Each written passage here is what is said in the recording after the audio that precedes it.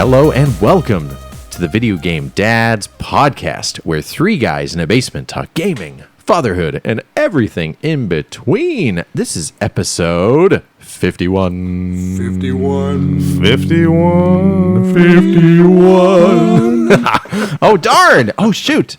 The power went out to everybody. We lost everybody. Come back, listener. We are your hosts. I am Ben. I'm Adam. And I'm Michael. And Shane is off. He was too busy. Unfortunately, he had a work thing. He had to. He wasn't able to make it. So sorry about that, Shane. But we wanted to do an episode for you. Yeah, Video Game Dads podcast. We are an amateur. Tri-weekly. It turned into tri-monthly. We've been gone a little while. Sorry, we apologize, but we are back in attack with action. It was Santa's fault. Yeah. So anyway, we are family friendly. So you can listen with the kiddos around. So we won't be doing any cussing, but no promises that we won't have some adult content, right? If they can figure it out. Yeah. Slightly risque. Yeah, we're not going to be on public access television, right? But Spike TV. I don't know. Yeah. We also would make HBO. No boobs. No. Yeah. Yep. Or not the kind you want to see. Yeah, and where you can find us outside of where you're listening to us now is our Facebook, right, Adam? Facebook.com/VideoGameDads. Yeah, and our Twitter. Tweet at us. Video Game Dads. You'll find us there, and then our email, Michael. Yeah, videogamedads@yahoo.com. Yeah, that's it. That's where you can find us. Early apologies. We're really sorry during this hiatus. If we haven't gotten back to you, we're going to make sure we get back to everybody. I'm going to make sure we're responded to everybody by tomorrow. We also had a nice package that we'll put up for a video from but really as far as emails and communication, we're going to leave for next episode. Since we've been gone so long, this might already be a little bit bloated of an episode. We will definitely respond to your emails and iTunes reviews on the next episode. We really, really appreciate it, guys. So we appreciate the communication, but that's why we're not going to do it this time. It'll be in the episode 3 weeks from now. So with that junk out of the way, it's been a while, guys. It has been a while. We're in a new setting. Lots of things have happened. A lot of things have happened. Right. Adam's Palace. Palace. Yep. Yeah. Palace might be an overstatement. Pile of junk might be better. I don't know about that. Yeah. This is quite a magnificent place. Yeah. Here. So the game room's more or less put together. There's still boxes here and there and things that have to be put in their proper places, but it's a nice workable place. We can record in it at least. Yeah. There are thousands of games sitting around me. It's tough not just to sit here and not play games. Yep, and I found the princess that was in another castle. we gained a human being. That was me. So that was almost 2 months ago. That's kind of why it was, honestly, we could say Michael and Shane and I got together maybe a week before my daughter was born to do one more episode to squeeze it out real quick. But unfortunately, we had that dreaded computer problem thing that happens once a year, and we were all ready, and it stunk, and it was one of those 5-hour Windows updates things. Yeah, Microsoft. Microsoft. It's like you can't help it. I don't have a backup laptop, so unfortunately, that was the reason why. At least after the 3 weeks after, we couldn't do it, and then I knew I was going to take a little bit of a break for the kiddo, and it's something else, guys. Now we've got a girly. Yeah, man. Having a little girl's a game changer. Yeah. How's that going for you, Ben? Yeah, well, I mean, I don't want to ever put it in a nutshell because she's wonderful, but, the birth, I know everybody knew the first birth story if you've been a long-time listener, right? So this one was very drama-free for the most part. Yeah. Drama-free is good. Yeah. I will say she was upside down, so we had to go C-section route. Okay. And that was kind of unexpected, but that's that's kind of a different thing. Yeah. When you don't expect it, because it was like the night before, and what was difficult was because I had 2 weeks off. I didn't have much time to take off. We only took 2 weeks off for and it was scheduled when we thought we would do an induction on November 14th So we went in. And then when we found out she was upside down, they were like, "Oh, we could wait 5 more days." And I'm like, "I already have that off. That's going to be I've got only a week with my new daughter." But then he said she's probably not going to flip anymore. It's going to just stay that way. So we just did a C-section and only had kind of 12 hours to prepare for that.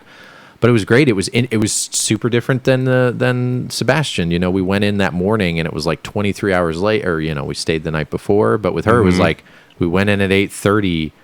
By like 9:45, we had a baby. Yeah, I hear it's really quick. It was crazy, yeah. And I like knew the guy who was doing the epidural or whatever, a friend of a friend or something like that. And then my wife was all, you know, she said it was really weird because she's like arms out, you know, spread out. Sure. Yeah, and then the physician made a comment about my wife's abdominal muscles. He said, these are really good-looking abdominal muscles. That was kind of funny and weird. Interesting. Yeah. I'm like, okay, thanks for the compliment of the inside of anatomy, I guess. Can I get another doctor, She please? even said that. She said, thanks, I guess. Yeah. That's what she said. So I don't know what my response would be. Yeah, I know. But hey, you know what was great? She came out, started crying. She was pink as heck, and she was really strong. She's already beaten her brother on a lot of stuff. She was able to turn her head within 10 minutes, like when they first laid her on my wife, and that was funny because the nurse was like, I've never seen that before in a newborn, and she had a big old thick neck, and she's got my chin. Everything else, luckily, seems to be Laura. So Okay. first Bash kind of looks like me, and kiddo number 2 is more like my wife, and I am so not the mama. That's what I am to her right now. I love her. She's sweet. It's great. It's busy. But boy, she loves her mom. She's kind of attached, you know, all the nursing and that kind of stuff. So Sure. But yeah, something else. So now all of us have multiples, huh? Yeah, no, it's a big change when you go to multiples because now you can't be by yourself. Yes, You know. exactly. Yeah, yeah. You the whole handing off the football or the baton, so to speak. Oh, yeah. You got at least. There's a whole other one. There's a whole other baton. And they never sleep at the same time during the day. Yep. They don't even want to eat at the same time. Yep. They do everything independently because they're independent people. Yep, totally different milestones. You're starting over. I do like the whole, at least one, you know, doesn't go anywhere for the most part. True. But you always have to go to them. You know, it's very different. But I realized we're now between at least the 4 of us up to 9 children. Yeah. Someone's got to, Shane, maybe go for 10. We kind of have to have an even number, don't we? It should be Shane. Yeah. I feel like Shane should have more kids. Yeah. So for those keeping score at home, I have an almost 3-year-old boy, you know, 2-month, and you know everybody's under 5 for the most part, right? Yeah. Michael. I got a 3-year-old and a 1.5-year-old. Well, Grayson is now 6. Wow. Actually. Yeah. I've got It's good to have an update, you know. Yeah, I've got a long-time 6-year-old and an almost 2-year-old, and my 6-year-old is just growing like crazy. I was looking at him the other day, and I was like, he has like clown feet, you know? Oh His, yeah, like, he hasn't grown like a puppy. Sort of, yeah. Yeah. His feet and his hands. I'm like, who is this dude in my house? Yeah. Like gripping basketballs. And, Yeah. you know, and he's just so. I don't even know what the right word is. Lanky's not really the word, but he's like disproportionate. Yeah, he's just going through a spurt. Yeah, but it's really funny, and I always Palm know of basketball. when he's getting ready to go through a spurt because all the food disappears. You know, he's kind of a finicky eater, kind of between. But as soon as he gets to growing, it's just like, where's the chips? Where's the crackers? Where did the cereal go? Yeah. Like, I just bought a box of Pop-Tarts. Oh, Pop-Tarts. Yeah, You know, I mean, no. just anything in the kitchen is just gone. And you're like, where is it? And he's like, I had like 4 packets this morning. Don't worry about it. And from what I hear, we ain't seen nothing yet because No, that gets worse teenager, and then they have their friends come over. Oh, yeah. I wonder if it's going to be like what we did in college, because, like, you know, well, it's different now, right? You don't have much money, so we would always like, okay, people came over to the house, we kind of knew because this is back when people would just come over, you would meet at the bar right then, and they're a buddy of a buddy. Who does that now? Can you imagine someone step in your house and you don't freaking know? Yeah. I'd be like, who are you? But back then, you know, and you did okay, you get the cup of noodle, but the people who you know, we'll do the tuna mac with the real Right. mac and cheese. Like, we do that with the kids, and the kids come over like, here, we'll just get this. Have the cereal that comes in a bag that lays on the floor of the grocery store. We had like a fast food rotation where it was like, all right, You're not getting my premium it's- Cheez-Its. It's 49-cent taco night at Taco Bell. Oh, yeah. like on Tuesdays. Like there were certain restaurants or whatever in town or bars or like Yeah. we're talking about. Kids where- eat free or whatever. Yeah, like wings are 50 cents at this place, Yeah. one night or whatever. So we just had like, okay, what day is it? It's Thursday. Let's go hit up the sandwich store because it's two. Buy one get one free. Heck yeah. Whatever. But yeah, now that we're older, it's all just buying Costco food. Yeah, I know. Or actually delivery. That has been honestly the best invention that I have found, whatever, but since Uber and stuff has been those delivery. We do food delivery? Instacart, Okay. shout out to the little sponsor. They're not. We pay for it, but it's not expensive. Yeah, they deliver the food. But when you get it from Aldi, Aldi's already cheap, right? You can fill your cart for like $60. Mm-hmm. And you just fill it out on your phone, and they just bring it to your door. Okay. And it's like $60 a year, and then only $5 on top of your bill. And I'm Okay, like, holy that's not cow! I don't know. I just love Yeah, it because the- it's not expensive The and it's grocery stores awesome. in town do it now too, where like They just deliver. the grocery stores don't even charge. You just Yeah, fill up your Hy-Vee cart. has it for I think $100. It's free. Yeah, you buy it and they just like take it to your house. You Oh, don't even have to it is the leave. best thing because getting in there and moving back and forth and trying to get by somebody and then waiting because they're getting 20 yogurts and you just want one and you got to wait. Yeah, my wife, who's like a foods teacher in middle school, and she does this all the time because when instead of getting like 20 pounds of potatoes and like all of this kinds of stuff and having to schlep it around, she'll just order it and have it delivered to her school. Oh my gosh. So it's pretty convenient. Why didn't those people in the Oregon Trail think of that, huh? They did all that going and they got get us feasted. ordered from the grocery Yeah, but store. then we wouldn't have been able to go out and shoot our guns as a stick figure and pick up our food to True. be able to, I'll tell you what's funny though. My son, because he's in kindergarten now, it's kind of open to parents or whatever. You can go eat with them at lunchtime. And in the lunch room in kindergarten, all the goofy like nutrition posters and stuff are all over the place. Sure. They're awesome. I mean, it's Oh, like yeah. it's like Patrick Mahomes and a carrot. Oh, yeah. Like my best teammate's a carrot. Yeah. Yeah. Even though Always it's cheesy. Yeah. Yeah, Yeah. everything's just super cheesy, and the food pyramid and all that kind of stuff, of course, is there. But I kind of forgot that. Yeah. And isn't it true the food pyramid started for like cattle? Like, wasn't it I don't originally know. produced like as the food pyramid for livestock to get fat enough they can survive through the winter? Oh, It really wasn't meant for humans. I don't even know. They've modified it a lot, but literally, I feel like the food pyramid originated. People could fact check this. At least, like, not for humans. That we just adapted it. Like, this will keep you alive too. We don't have any money for this nutrition aspect, and Eisenhower's smoking and whatever. Have you ever? Do you ever watch Parks and Rec? I do. I have. I Yeah, do. yeah. My wife loves it. Have Yeah. you ever seen the Ron Swanson Pyramid of Manliness? I haven't seen that one. Just Google it. Yeah. Yeah, you're welcome. I know my wife actually Meat. gets on me. I quote the food pyramid a lot, like the information on it, and she says that's no good anymore. Food pyramid is gone. It's like called the plate or something like that. you know? They're using the plate. Yeah. It used to be Yeah. my pyramid now, and it's all Yeah, so apparently that whole grain on the bottom is like having the most is like completely wrong, she says. Yeah. Oh well. Yeah, percentages of things. It's not represent because you don't eat like a pyramid. You should eat like a plate, I guess. I don't I know. know. She's like, you go by the plate now, and I was like, well, what if the plate's wrong too? Yeah. 5 years. It will be in 5 years. Yeah, that's what I was saying. And if you played Burger Time, it's actually like 80% burgers Meat, and maybe yeah. and you try to avoid 20% the French fries. Yeah, I'm gonna Yeah. go by that plan. throw it out and you That catch pretty them much in your is my mouth plan. What am I underneath it. talking about? Yeah. We do talk about video games eventually. I will say some of the things that we at least hopefully plan on talking about besides the happenings are some of our pickups that we've done, some of our holiday things for kiddos, and we've gotten a lot of things, and a lot of things maybe coming, some interesting pickups. Also talk about that wonderful package we got from a listener. Thank you very much. We will get to that, and then also that CES is kind of a new happening thing that I think the we'll new talk electronics. about. Yeah. That's what we're talking about. Yeah, and like I said, emails and reviews we'll gonna put off till next episode. Then of course our patented video game book club. Yes. And our handheld holla. We'll talk about that a little bit too. We'll definitely get into it. Should we go into the book club? Huh? Yeah, What do you guys say? let's What do do you guys some say? book club. I think we shall. Okay, and then we'll sprinkle other things in as we go. Our video game book club starting now.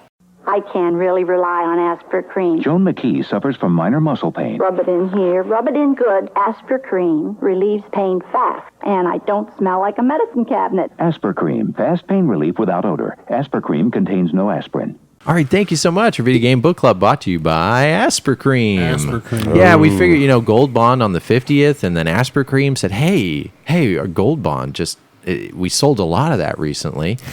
We noticed they took a spike. We want some Aspir Cream in there. And yeah, just so you guys know, it does not contain aspirin. That's right. And like our lady said, I was going to say Ebony. Let's say old lady name. Ruth. Ruth. Agnes. Agnes. Trudy. Yep. Dixie. It's kind of that. as she says, she doesn't smell like a medicine cabinet. And I can say that I've only been called that I smell like a medicine cabinet after rubbing this Aspercream on maybe twice today. Yeah. Of course you do. It's like one of those things, like, of course you do, because you said it, right? It's like, you don't smell like a medicine cabinet, by the way, so buy this. I was just trying, my muscles hurt, but now I think I'm going to. Yeah. Anyway, thanks so much for our sponsor, Aspercream. Thank you, Aspercream. Buy it at any Kroger, Dollar General. Safeway. Yep. Publix. Yep. Skilled nursing facility, the lower drawer of every room. Anyway, our Video Game Book Club is a segment where each episode we pick a game that may be overlooked, misunderstood, most likely not in the top 15% of popularity of whatever system library we are on, and then we play it in between episodes, much like a book club. Then we discuss it on the following episode, or in our case, the next year. Literally. Sorry, guys. We encourage our listeners to submit suggestions for our Video Game Book Club, and then for us to discuss. But you don't have to stick to our current system we're on. It could be anything: Game Boy, original Game Boy, just something like somewhat mass-produced. Maybe not the PCFX, only found in Japan. But I mean, I'm looking at one right now, so Adam could be able to talk about that one. But even obscurity we'll go for. Just try not no Zeldas and Marios and Final Fantasies and things like that. But anyway, then after you submit it, we'll randomly pick it, and then we might get it on the next episode, kind of like what we did with ours. We had Metal Storm, which was in there a long time. Very long. That had been in there for probably 2 years, so it got picked. But we're making our way through it, so please submit your suggestions, and we'll put them on. And like I said, if you send it for email, we're not going to add it to this episode, but it will be in our next drawing. So, without further ado, Adam. Storm.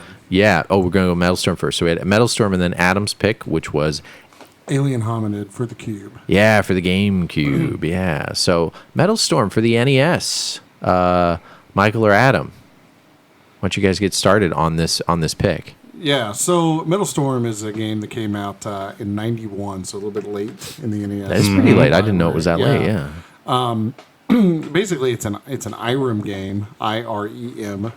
And IREM is kind of famous for mostly arcade games, beat 'em ups, shooters. Yeah. You know, that type of stuff. The developer on this is a company named Tamtex, Tantex, Not familiar with them. which does not make feminine hygiene products. Yeah, as one might. It all think. sounded like holding companies for the mafia or something. Yeah, Tamtex. Tamtex. I thought they were just a conglomerate. Yeah, so Tamtex. Made everything. Yeah, they make feminine hygiene products and Metal Storm. Yeah. Very nice.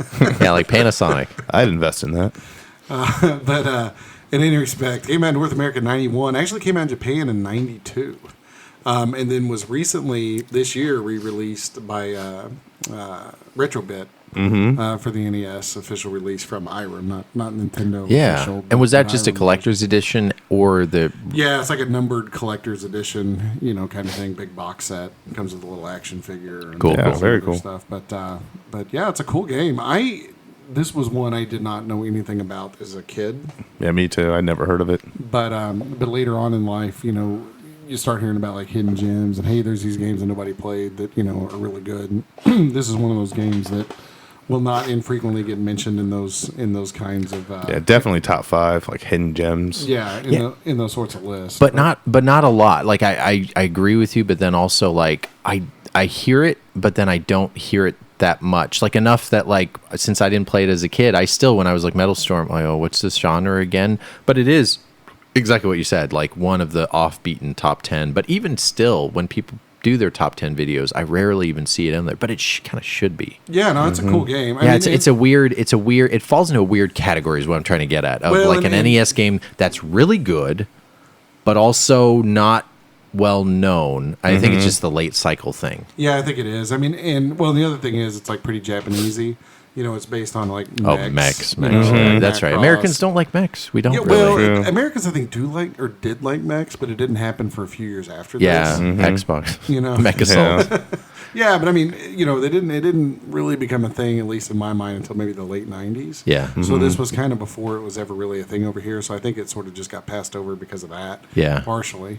But I actually got a real copy of this a couple of years ago, and it's kind of a funny story because I I got my copy for like dirt cheap. They had it priced like at its full value, basically. But it looked like somebody had spilled some kind of a solvent on it, and the plastic was all mottled. And I was like, oh, I really want to buy this, but the plastic is like kind of. You did one of your things like, this piece of crap that I really want to buy. I don't There's really dent like here and over here. There's corner over here. But As well. It'd be good for doorstop. Exactly. I guess I'll take it for $5. Exactly. Well, I ended up getting it for like $30, but that's very good. And the price of it, I guess, still hasn't changed that much. It's saying on price charting that a loose copies, $90, $90, $100. something like Yikes! that. Yeah, But, it's expensive. But it was about that then. So Okay. I got a pretty good deal on it just by. Talking crap on the cartridge for a little while before I was like, I'll give you, I'll take this horrible thing off your hands. Yeah, that was one of the earlier ones that I got too, and it was only like $40 or something like that when I got it, probably like Nice. 4 years ago. Yeah, I saw one not too long ago that had a $1.99 price sticker on the back Wow. of it from like GameStop or Ooh, something. jeez. And I was like, wow, times have changed. Did Yeah. this collector's edition kind of make the price drop as things usually do? I don't know. I you go. assume it probably did because I think it was a little bit higher than 90. Yeah, I think it was around 100, 110. Yeah. Okay, but it's still pricey game. Yeah, definitely. And it's not super rare. I mean, I see it every now and then, but it's certainly not common. Mm-hmm. But if you go to a show or something or a con, there'll be a few handful of copies there probably. But But yeah, I guess about the game. Yeah. the So key- what kind of game is it? Yeah, it's almost like a platform shooter kind of a game, in a way. I mean, it's Yeah. kind of run and gun, but it's it kind of has a platform and that has this like feature that has this anti-gravity kind of feature where you Yeah. can kind of flip yourself. that's the gimmick. Yeah, that's essentially Yeah. what makes it a little bit different than your Mega Mans or your other kind of shooters or That being said, Metroid-ish I type. always think if you like Mega Man, this is a game that you'll like. Yeah. If you don't like Mega Man, you probably won't like this game. But I think it's a lot harder though. it's difficult. I mean, it's trial and error. It's knowing, okay, at this part of the level, I have to flip the gravity this way, and then I have to be on this platform, and then I know, it's. It almost feels like to me more than a platform, or kind of like a run and gun shooter. Almost like again, the changing of the platform is very interesting. There's a few games that do that, like obviously the newer Mario Galaxies and things like that do that. There's a few Game Boy Advance, but going from floor to ceiling was a really new concept when this came out, from what I understand, and it does it very well. But anyway, Adam, what were you going to say? That's kind of is the big thing. It is, but it was like Contra, like you're saying, or any of these. One hit wonder. platformer Yeah, kind of you things get that- one hit, you're boom. It's but you have to memorize where the placement of the enemies is. Yes. When they're going to shoot at you, when you need to jump, when you need to. I mean, you almost have to get to the point where Muscle you're memory, perfect. Sort of, you're shooting at the enemy before they're even on screen, kind of stuff. You know. So it's old school for those. Yeah, that it is. It's old school. You have to almost be good at old school shooters. Like I would say, already early recommendation if you're good at old school shooters.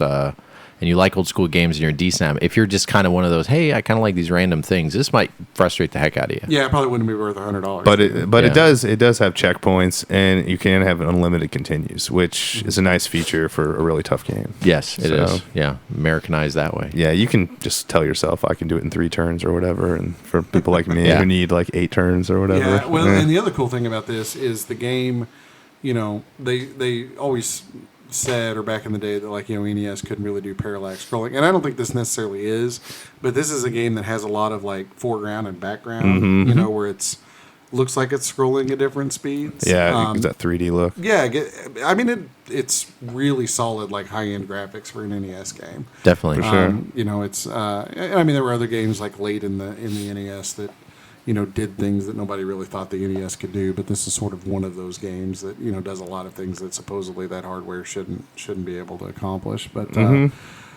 I don't know. I mean, there's not a whole lot to say about it other than it's just a good, fun, solid game. If you like that brand of game, then you'll like this. If you don't, you might not as much. But Yeah. if you're an NES fan, you tend to like this kind of stuff. Yeah, for sure. Boss fights are pretty difficult. I ended up just booting in a cheat, or whatever, like can't get hit, so you'd see more. And then I looked at the last. I don't think I'd be able, even if I got good at it, I don't think I'd be able to beat it. I'd probably get really, really far. But when you kind of go through with the cheat, you're like, and maybe you just play a little more haphazardly. But there's a lot of like very precise platforming, and something about this that I I didn't like was the fact that you can't change gravity halfway. You have to commit. So when you do decide to go up, and some other things you could kind of almost hover by going up and down, and create your own atmosphere. It's like jumping in Castlevania. Yeah. Yes, yeah. Once you're committed, which then made it difficult because then you're already at the top and then you have to go down. But I will say what's nice is one of the power-ups, you can kind of then turn into a wrecking ball when you're going through, so that you can actually use your jet, you're going to changing the gravity from top to bottom. And it also creates some of the puzzles, right? Some of the doors open because you're not really changing your gravity. You're changing the gravity around you, right? It's not like you got hover boots now you got magnets or whatever on top and bottom, because I think everything kind of goes up. So that's why when the doors open and close and stuff. So it's but yeah, I did not know that. I've played a lot of games that kind of have this gimmick, but I didn't know about this one. I would have really liked it, I think.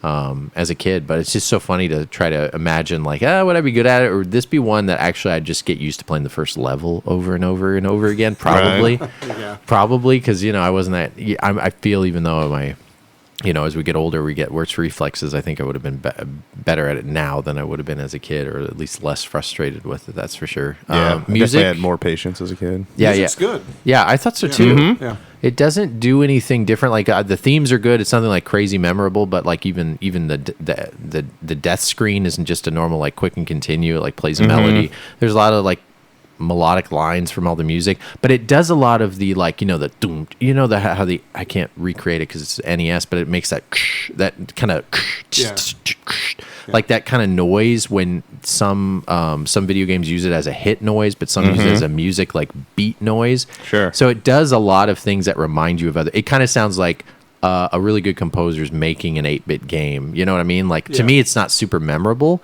but it sounds like somebody kind of like, oh yeah, I like that part in this level of this third Castlevania where it did this mixed with this third level of like bases loaded, and then mix them together. It kind of felt like a mashup of like Nintendo music, which I liked it. I mean, listen to the ODST or whatever and see how you like it. But yeah, it's good. Anything else on it, you guys? No, I don't think so. I mean, that's basically Overall, it. solid game. Yeah. Yeah, baby bottles. What do you guys say? Let's see, we're at a 5. Yeah. I would say 4.5. Yeah. I think it's overall a really solid game. If they just would have gotten rid of the one hit, it probably would have been a 5, to be honest with you. Yeah, I'm going to go 4.25 bottles. Ooh. I'm chipping my bottles up into fourths. All right. I'm kind of used to that because my 8-month-old right now has to have about a 2.5 bottle. You don't want to give him too much. I'll split the difference. I'll do 4.3185. No, I'm just kidding. I don't know. I'm right there with you. I'll take the average of what you two guys already have, like right at that. I think it's a really good game. It's a ton of fun.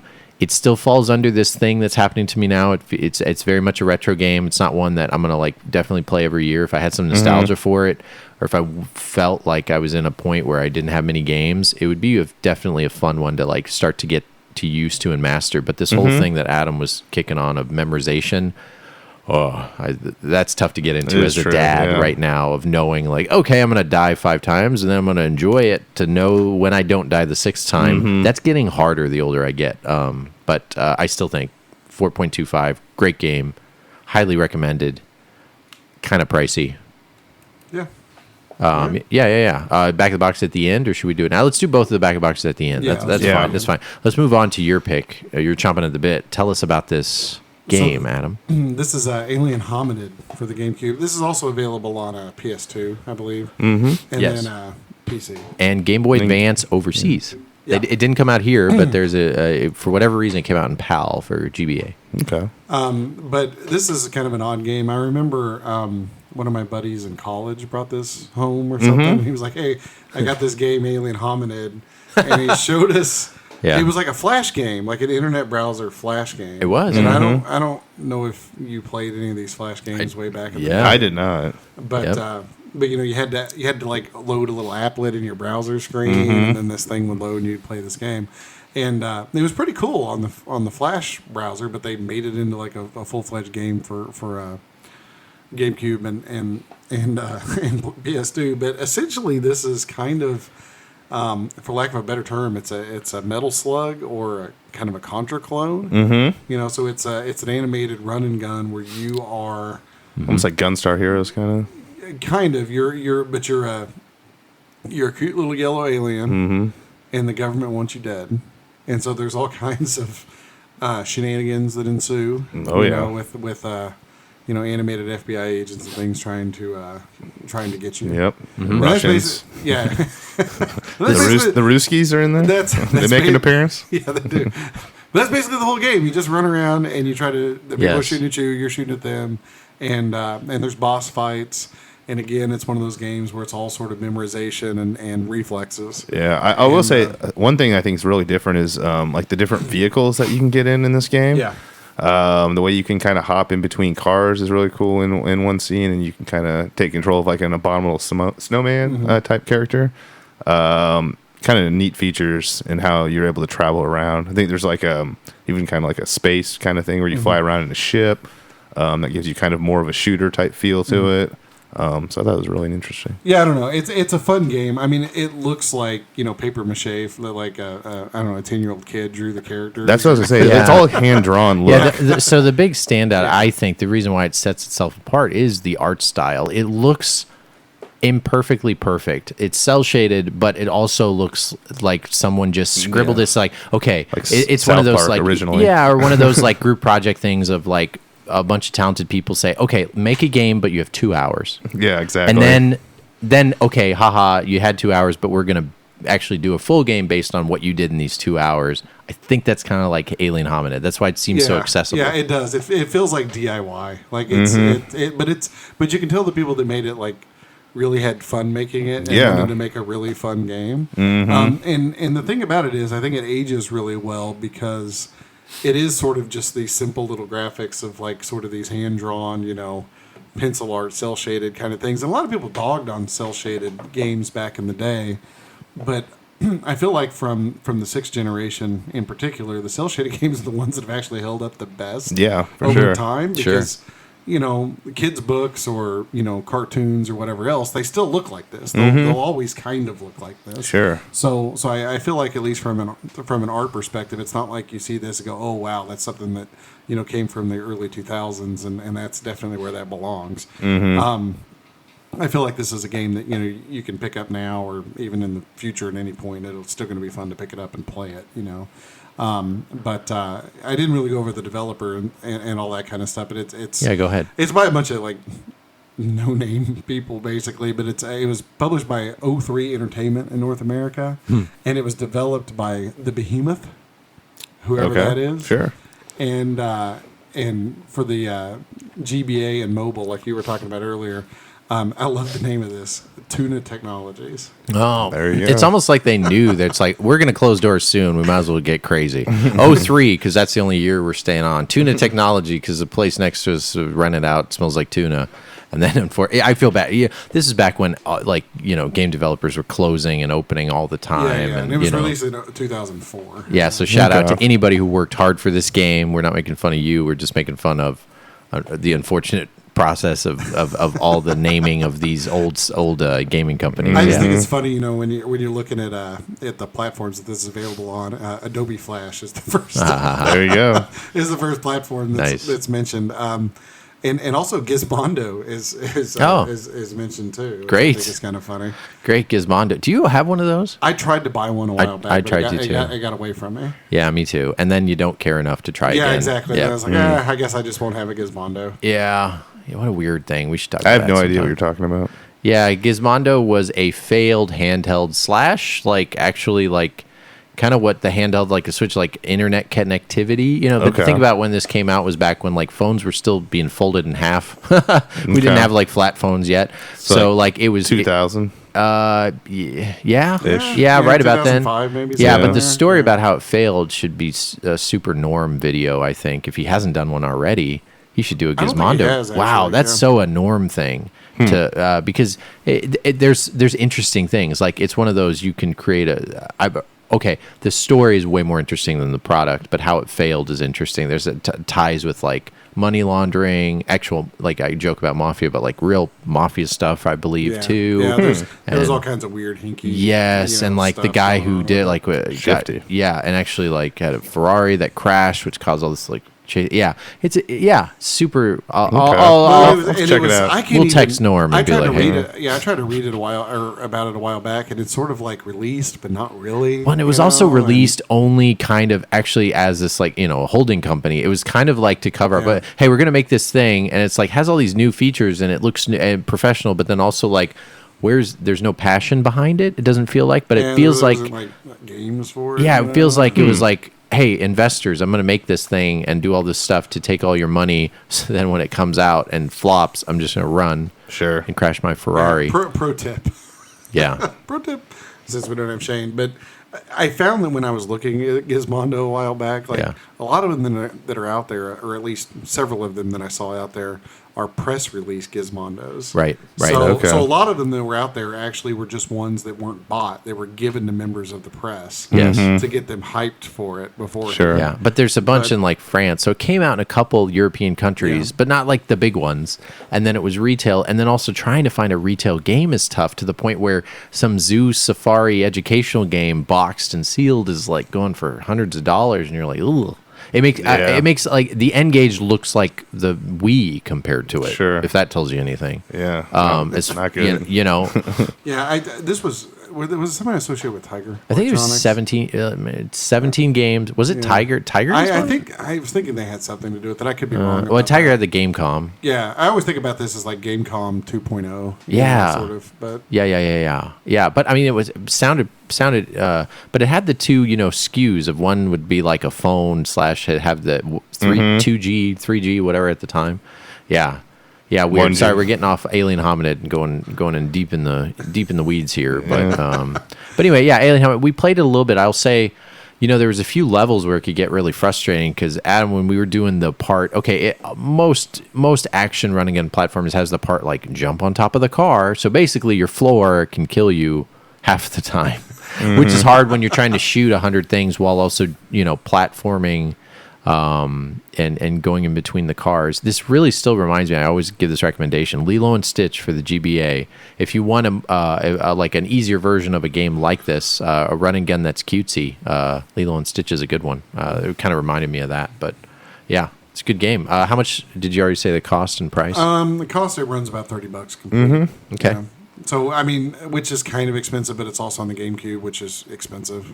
So it's not terribly expensive as far as GameCube stuff goes. And PS2 is about the same, probably. I can look it up. I bet a little bit cheaper. But here's PS2 will run you, I'm sure it's less, $14, $13, $14. Oh, that is cheap. Yeah, I mean, PS2. Yeah, it's definitely worth that. Cool. Cool. Sure. Yeah. All right. How many? Yeah. Baby bottles? I'm going to go with...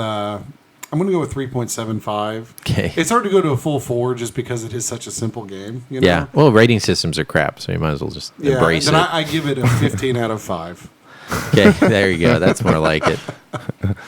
I'm gonna go with a 4. Actually, I actually enjoyed it a lot. I probably enjoyed it almost just as much as Metal Storm. Yeah, I'd say so. I'm actually kind of I'll jump on Adams. I'm like almost wanting to give it a 4, so I'm the same. But yeah, so for Baby Bottle, well, maybe like half breast milk, half formula. Okay. If you know what that is. So that's just trying to ease you into it. Sorry, I'm in the middle of that too. We're trying to get wean. No, bottles. That's the tough thing. Getting a kid to want a bottle wasn't a thing for the first. It's like this is the bonus of we were parents. We know what we're doing. Sure. Now we have a kiddo that doesn't want a bottle. So now me saying baby bottles when it was all fun and I used it as our scoring system, I loathe it right now because we've bought like 6 different kinds of baby bottles, all different kinds of nipples. Yep. Look at that. Family friendly when I use it in that context. Yeah. So, they even make ones that are crazy that look like real ones, but those bottles are $60. Wow. But when you can't console a kid that wants a bottle, you guys didn't have this problem. That's no, we did I got lucky. Bit. I did not. I remember with Grayson we had to try, I don't know, 2 or 3 different brands before we found one that he was I just had that issue with pacifiers. Okay. Yeah, see, certain shapes. Yeah, ours just never took any. She doesn't take one either. Of my kids were big pacifier kids. Mine weren't either, but just for the first like 6 months, we had a pacifier for Grayson whenever he was little. It was like the hillbilly teeth on the outside of it. Oh yeah, it was so great. Yeah, that is pretty good. Yeah, mine had a little mustache on it. So. Oh yeah. Yeah, we're going through that. We'll see how that works. Got some time till it goes to daycare. All right, let's do the back of the box. Yeah, so the back of the box. Let's see what this would have looked like in our favorite rental store. If the front didn't grab us, the back might. What do you got for Metal Storm, Adam? The cover art for Metal Storm is pretty awesome. I don't know that I would even had to look at the back of this one, but so it says no ordinary computer virus at the top. Battle station, cyborgs. Massive computer that keeps peace throughout the solar system is no longer user-friendly. It has gone wildly out of control. The laser gun it operates has already destroyed Neptune. Oh no, not Neptune. I just said that. Okay, good. I was like, But yeah. not Neptune. Yeah, Neptune. It's everybody's favorite planet. Yeah, course. Frozen gas giant. Yeah. It's really useful. Neptune. Yeah, that is Neptune. weird. That's super weird. It's always Mars. It's always Earth is its next target. Because that would make sense. Neptune, Yes. then Earth. Next Yeah. in order. Yeah. Yeah, we're not. We're right by them. Whoever wrote the back of this box needed a map of the solar system. As a high-tech hotshot, you must enter Cyborg's core and activate the system's self-destruct mechanism. Mankind is relying Yes. on your know-how and toughness to see this thing through, but time is running out. Oh yes, one more thing. The powers of your gravity flip suit are essential for a successful outcome of this mission. The suit empowers you to proceed both upside down and right side up as you dash to put this computer permanently on the blink. That's it. All right.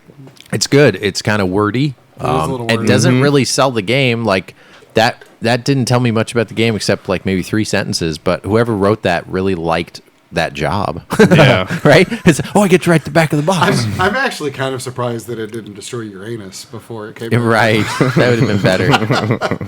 Destroy It probably was that in Japan, and then when it got regional, they're like, "Oh no, we must change it." They're actually, yeah, they did change some of the collector's edition changed some of the region differences because that's why it had all that messed up English.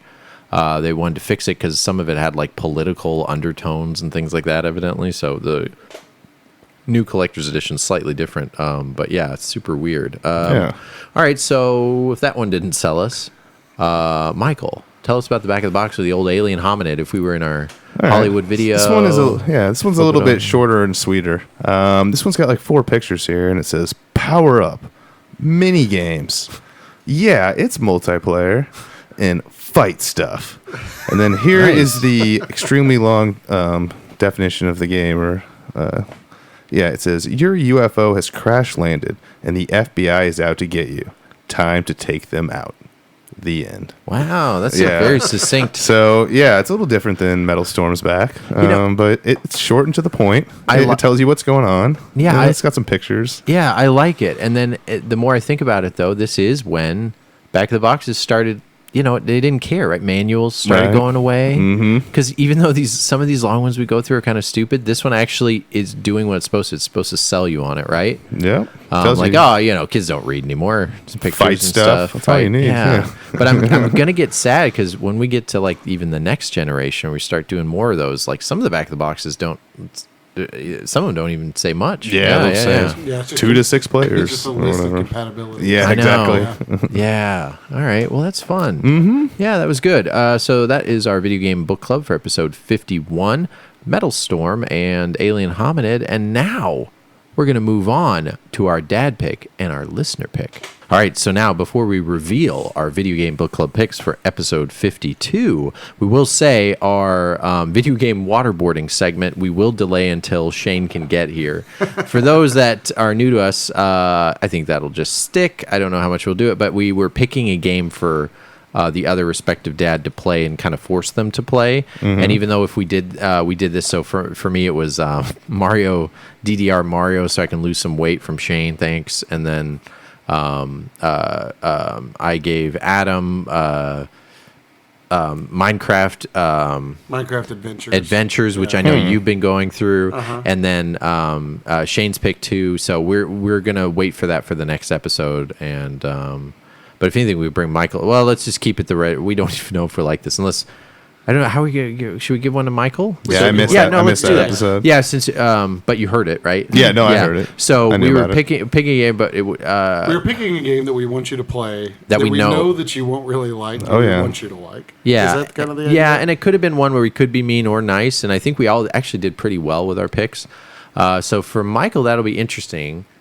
We could kind of work. Let's just work together, Adam, and figure out a game for Michael to play that we know would be out of his genre. So let's get out of sports. Let's get out of the classics because he loves his Yeah, he's not a big fighter fan, right? Not huge. I mean, But I also, played the Street Fighters. But also, and there's the like whole Mortal generations Kombats and- this man has missed, right? Like, so sometimes it's like I didn't play this until whole library, What's a system you feel like you've missed out on? like Genesis, right? No, I had Genesis. Oh, I was gonna say more of the GameCube, like PS2. That generation is definitely the stuff I played the least, because that was when I was in college and I kind of was playing N64 when like GameCube was out. Essentially, I didn't have the money really. Okay, so and PS2 and Xbox and that kind of thing. Yeah. Ooh, it's gonna be tough because like I don't know. I feel like you're not totally against genres, so to speak. True. There's stuff I definitely avoid, like that DDR. I would not have been super happy about. Yeah, Taylor. Yeah, I don't know. I was thinking maybe Animal Crossing. Maybe that's not a bad one to pick.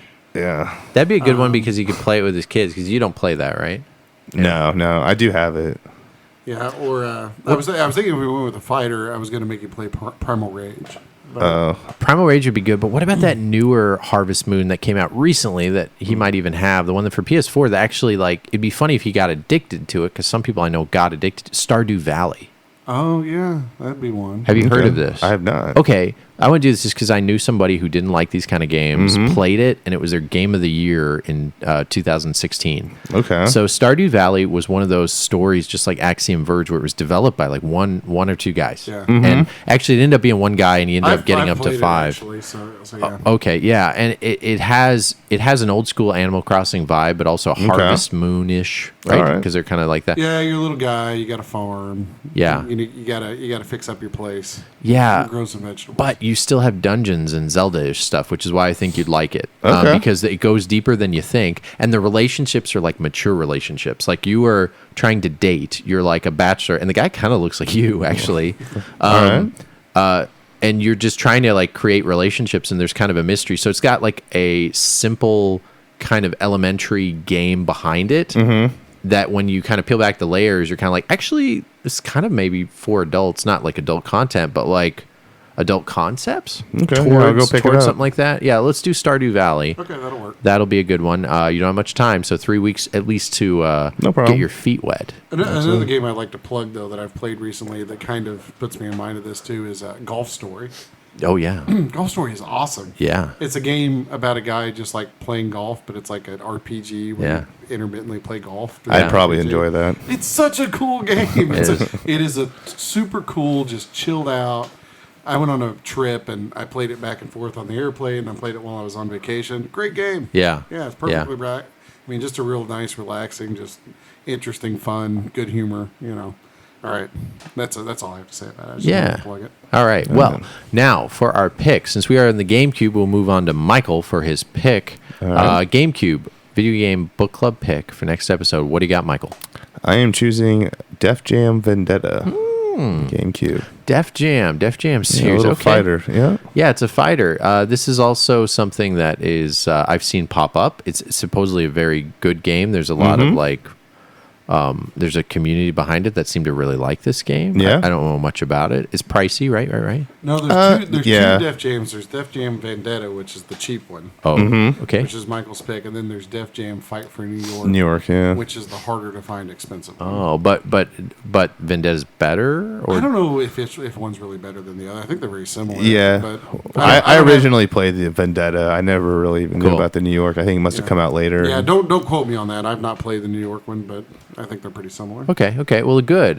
Def Jam Vendetta. It's exclusive for GameCube, probably. I think it may have Yeah, came out on I'd PS2. I'd have to go back and look. That's all right, that's I think there is a PS2 version. Yeah. That's all right. That's not a disqualification. We allow it, and also I always hear about this game associated with the GameCube anyway. PS2. Isn't it funny? What best-selling console, basically almost of all time, outside of Wii, but Yeah, so there is a PS2 version. yeah, PS2 just doesn't get much love. It just doesn't Interestingly, hold up. though, according to price charting, the PS2 version is more expensive. Oh, there you go. Huh? What a world! What a world! All right, so our video game listener pick. This was picked prior to the last episode, and somehow got picked again. We knew this was coming, and it's just perfect because Thorne will be happy if he's still listening. Video Game Dad, check out his channel. Biscuits. What is he?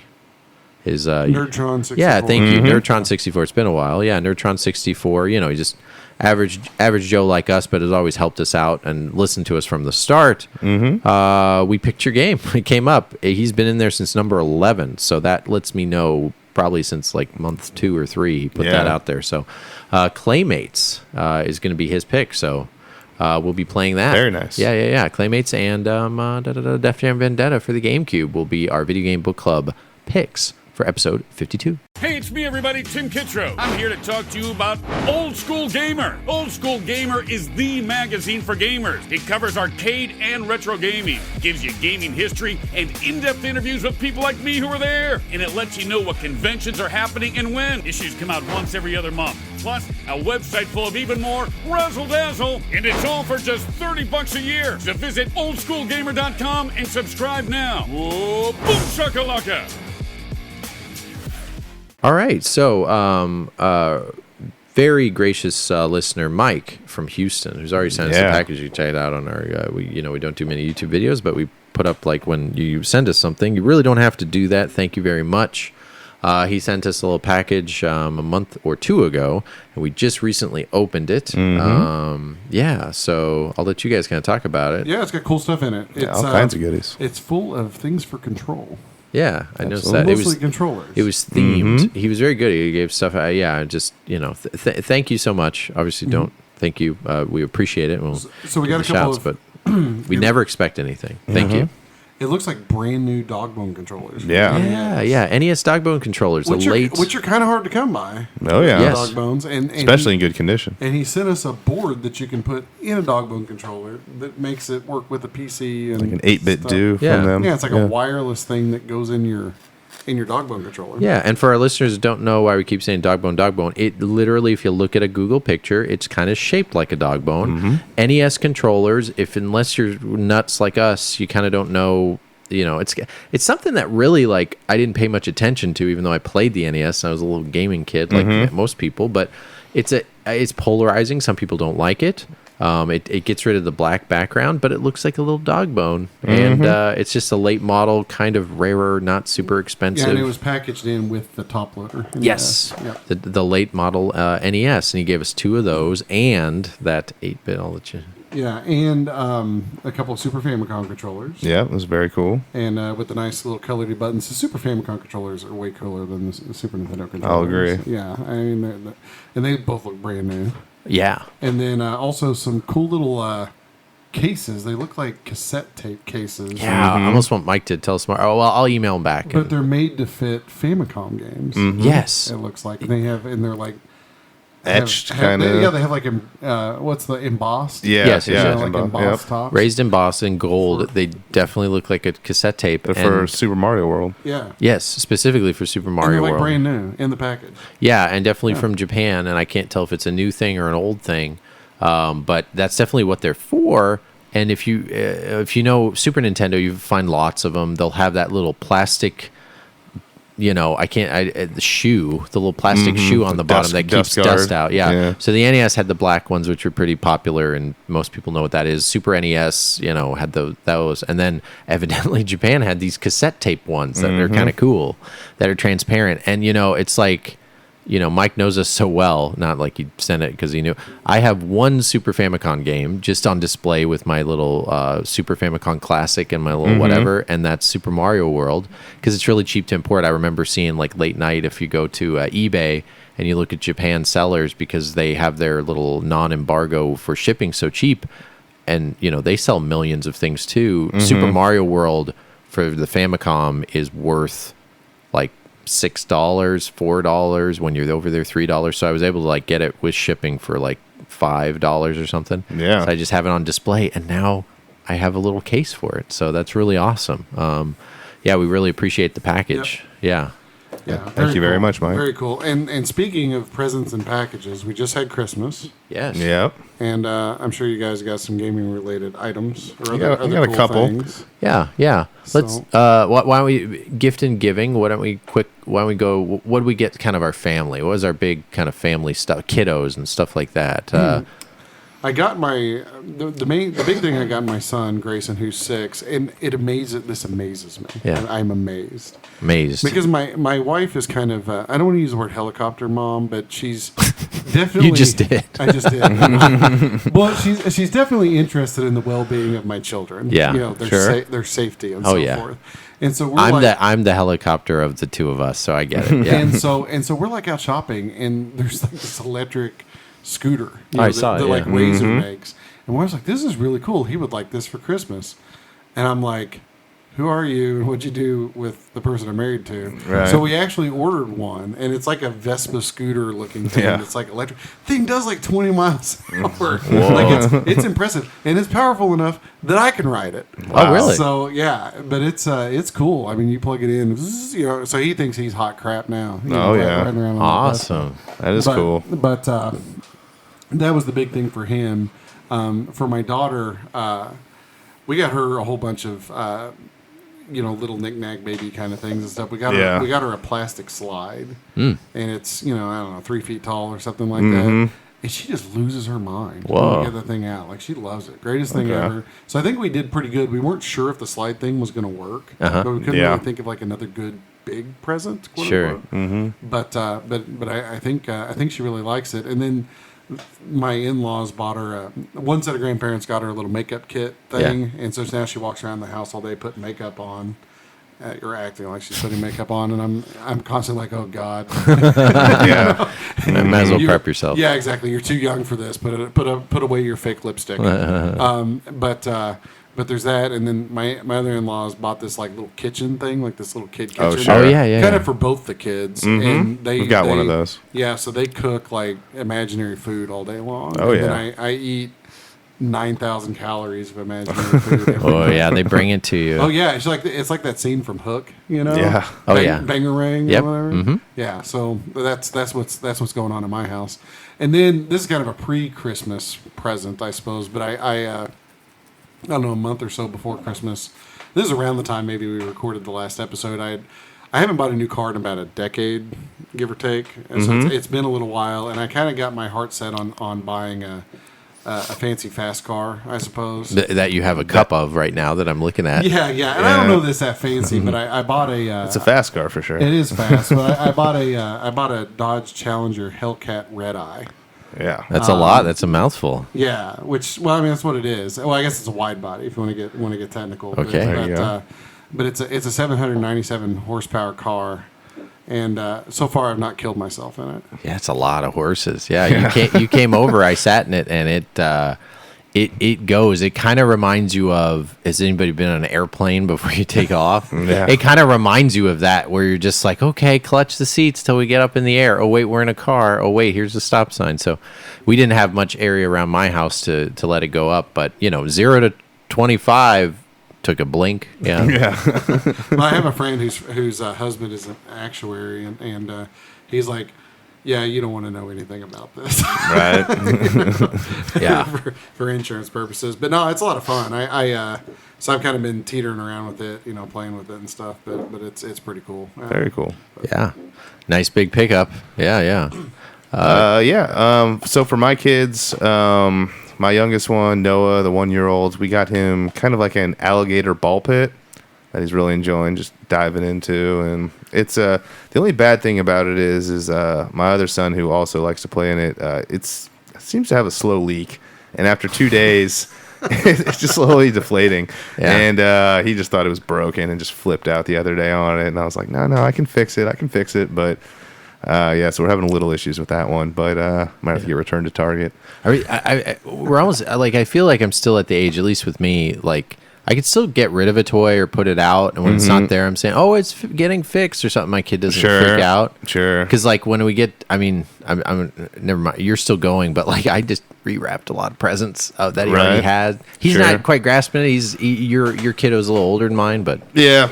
But this anyway. is just stuff we have. Like a lot of times when I go to Target and stuff, I'll check the clearance or whatever. Oh, yeah, and if I see stuff, I'll buy it, and I don't give it to him then. I just like hold it till I have an occasion. And that alligator thing we've had for months. Right. So it's just kind of one of those things. I did the same thing with the Hot Wheels track set. Okay. It ended up at Target. It was normally 30 and it got down to like 4, and he was still like, couldn't hold, he was bobbleheading, couldn't hold his head up, but I said someday, so I put it in a closet.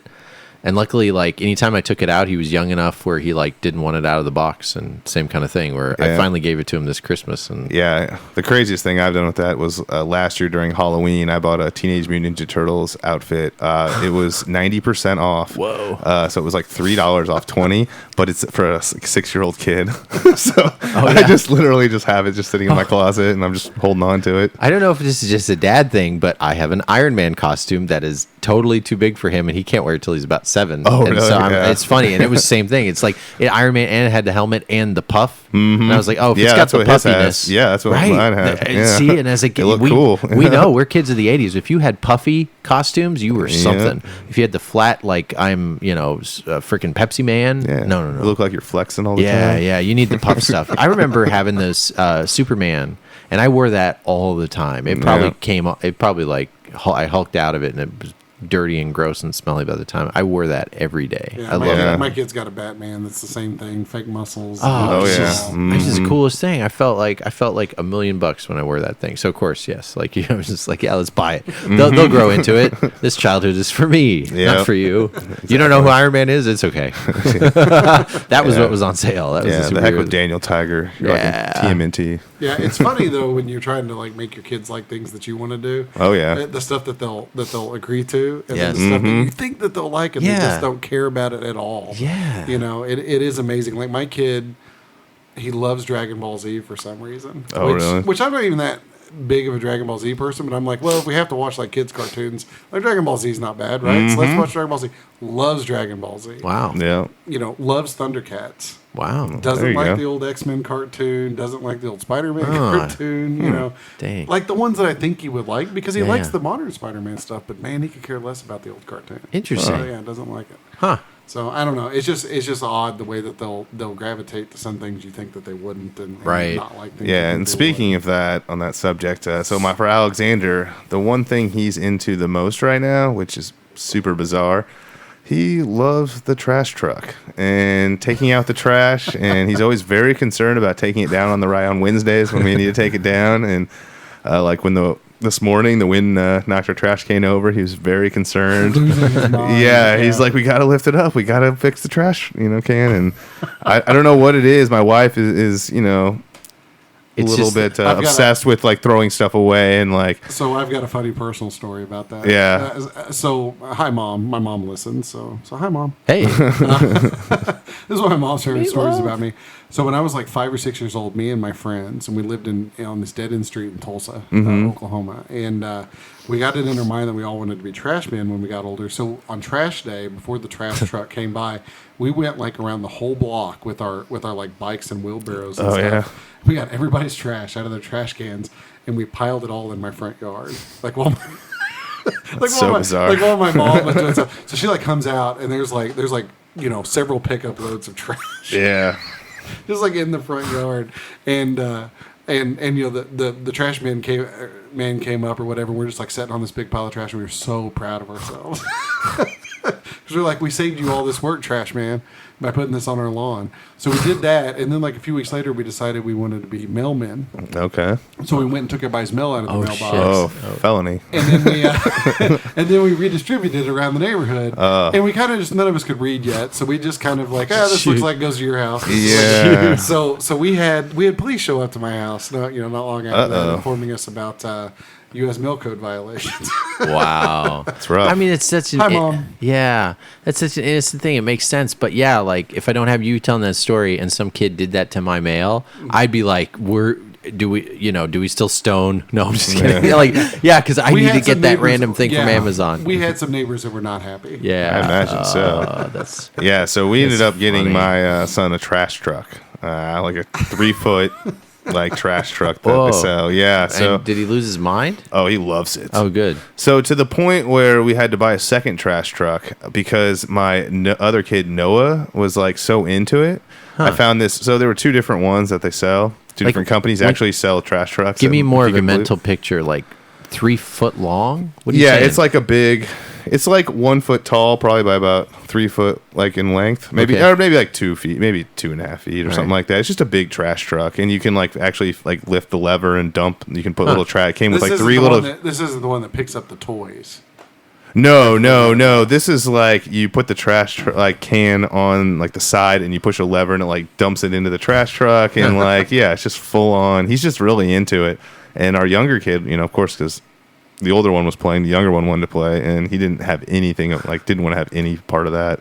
And don't touch my stuff. Essentially, we're having we're working on sharing right now. That's a big thing going on in our household. We're not doing too great. Yeah, that's kind of every kid. So don't feel. So bad there was about this there's this like nice trash truck that was like $25 or whatever, and then they had this like Walmart one that was like $10. Yeah, and so we just I know which one you're talking about. Yeah, so we bought plastic. We bought this like $10 one and just like gave it to the little one so that he would play with that one, and it seems to be working. So no, that's good. It is funny like what kids get into and not into, and like Sebastian too. He likes throwing things away. I think it has to do with just.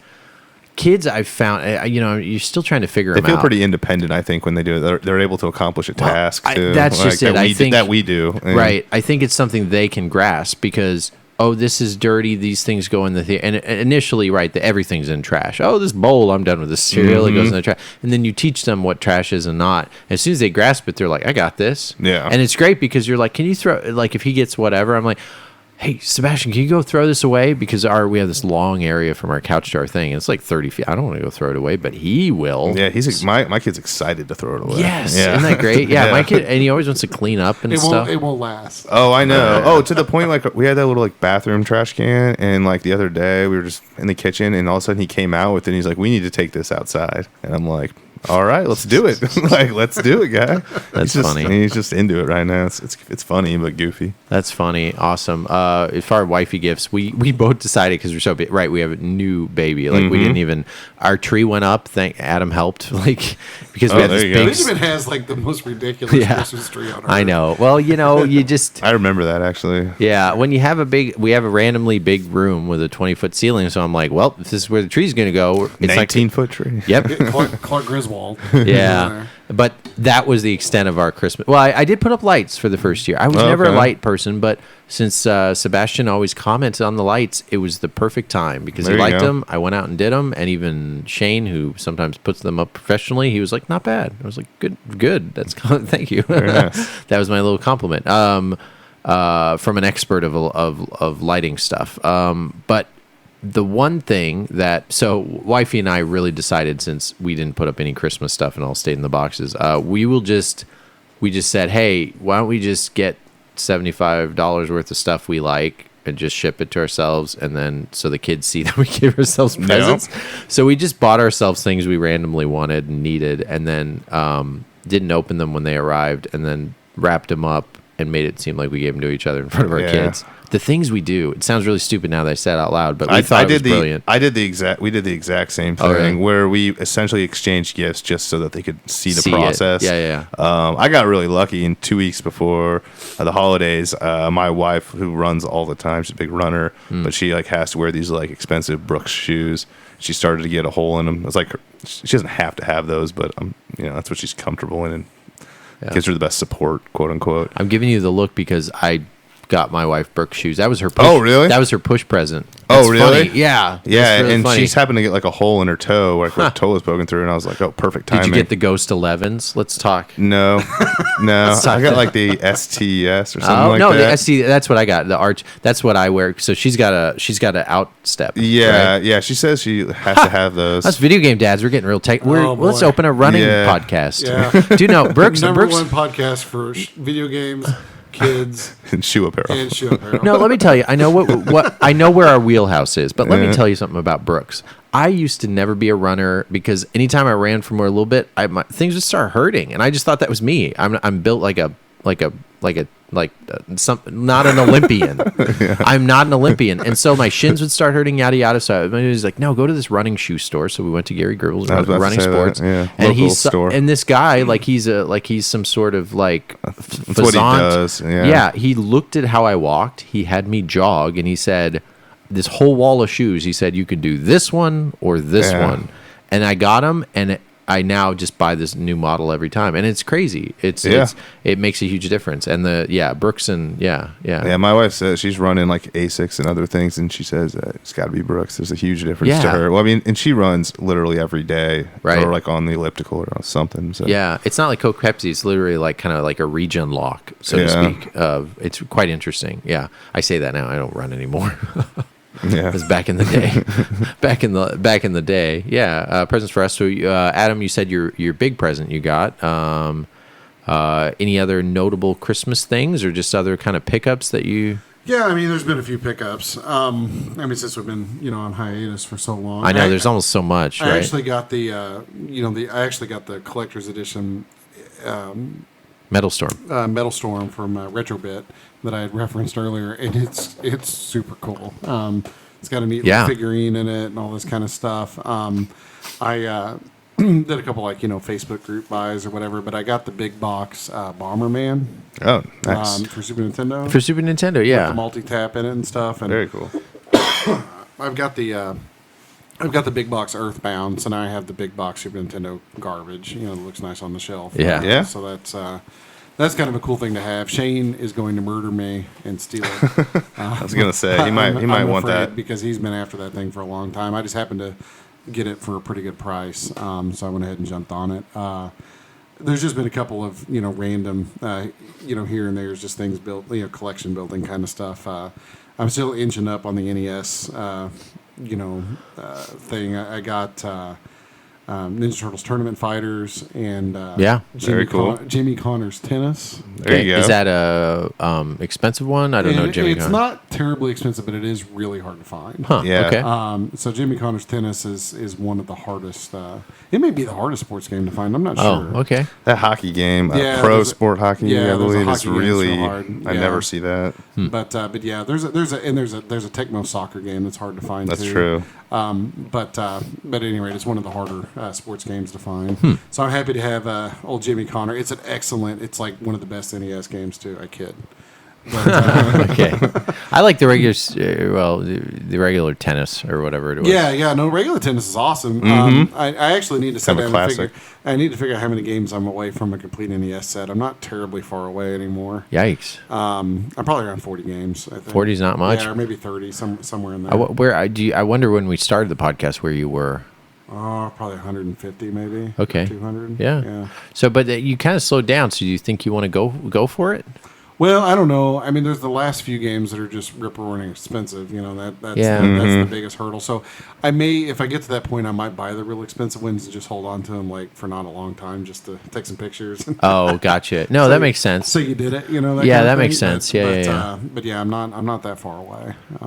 Yeah, completing for that would be difficult because we all have complete sets, but and it depends on what you consider complete or not. I mean, I know. There's licensed or unlicensed. Do you consider stadium events, which I don't personally, but a lot of people do. Yeah, I feel the Mitch Hedberg idea of what a complete set is perfect because we all the time we were just like it does not. Mitch Hedberg's idea is like if you own a house. Every room can be a freaking bedroom if you want it to be. Right. My bedroom's got a refrigerator in it.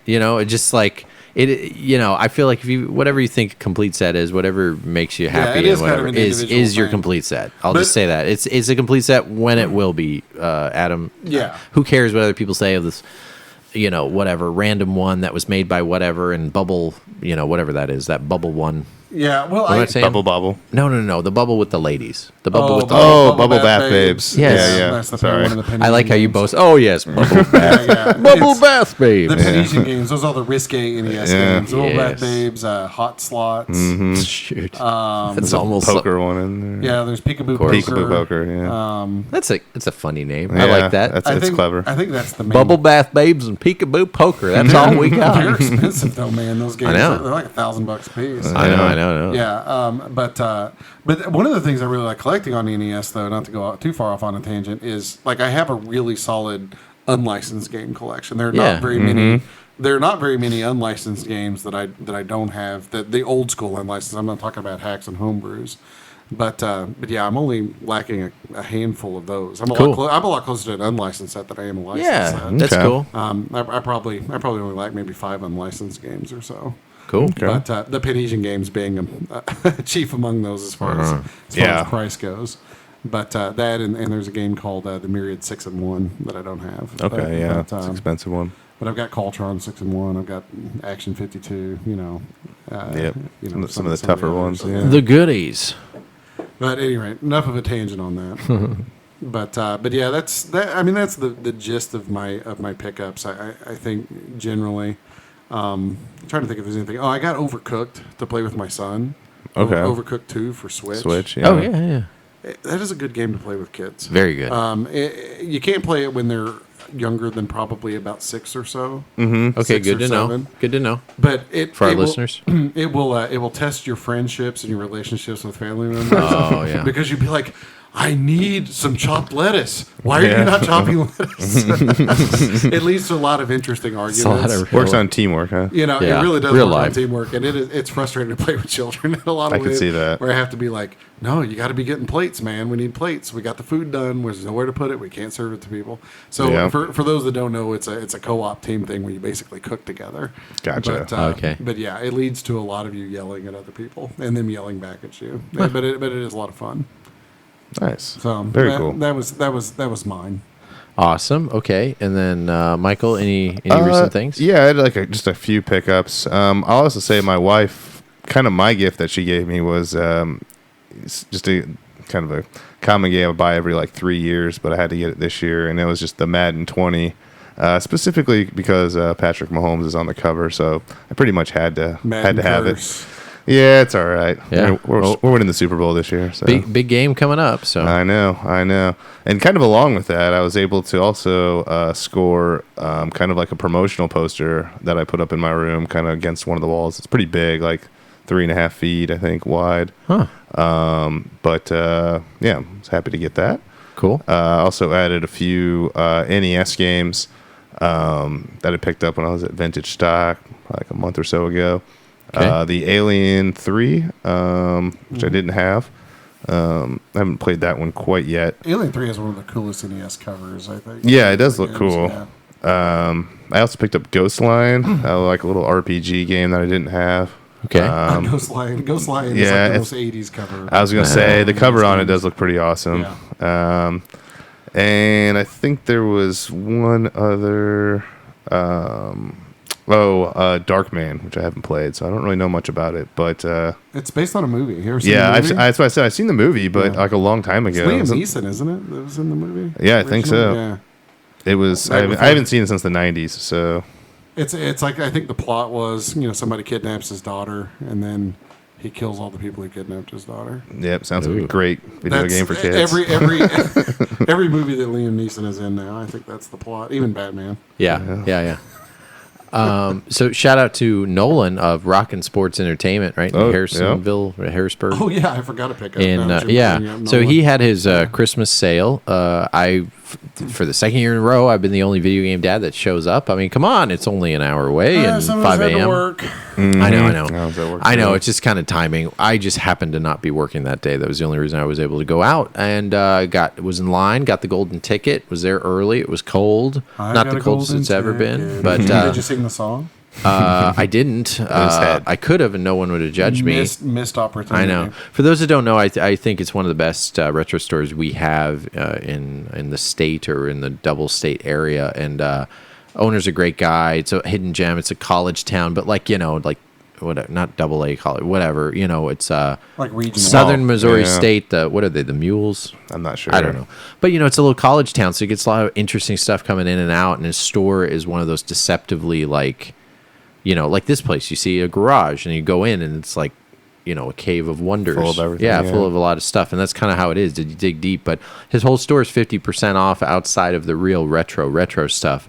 So you can get great deals, like brand new games, for, half price. So Yeah. that was a lot of fun. Of course, I got a beer sign because it was like some Coors Light clock thing that he had up there. So I had to grab that. I always get something off the wall. A bunch of 3DS games, Yoshi's Woolly World, Captain Toad. Nice.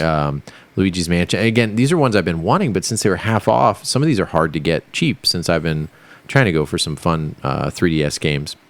Also picked up some Switch, surprisingly, even though I hadn't added a lot, like Crash Team Racing, my friend Pedro. Mm-hmm. Those are some That ones. is a cool game. Bloodstained, Curse of the Moon. Let's see, Ghostbusters for PS4 and Switch. It was on sale. Another pro tip here, folks.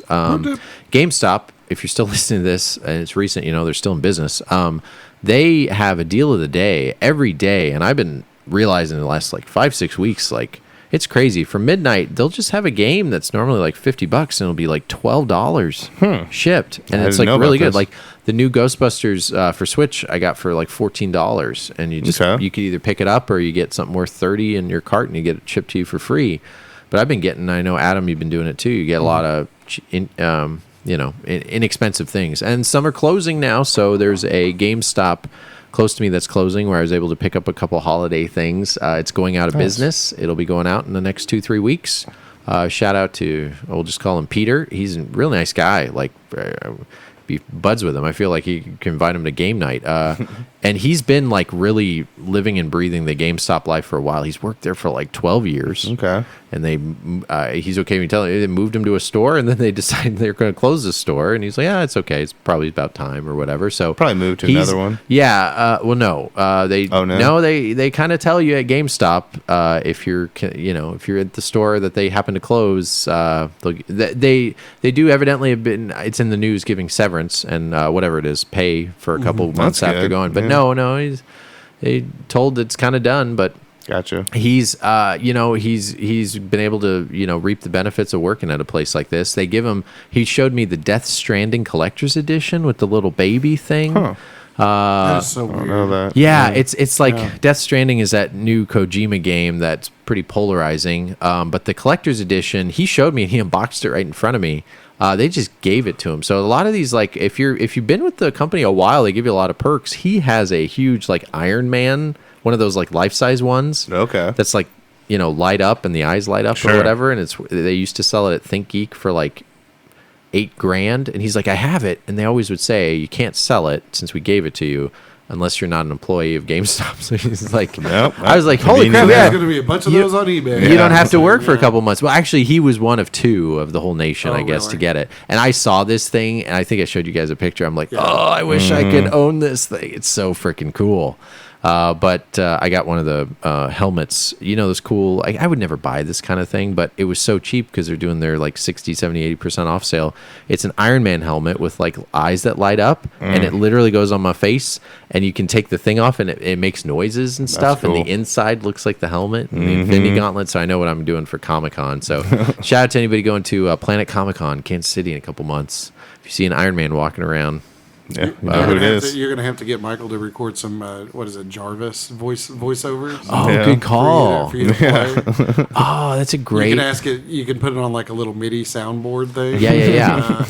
And You're right. You can ask it questions and have it do replies. I could probably figure. I Yeah. could probably put something together.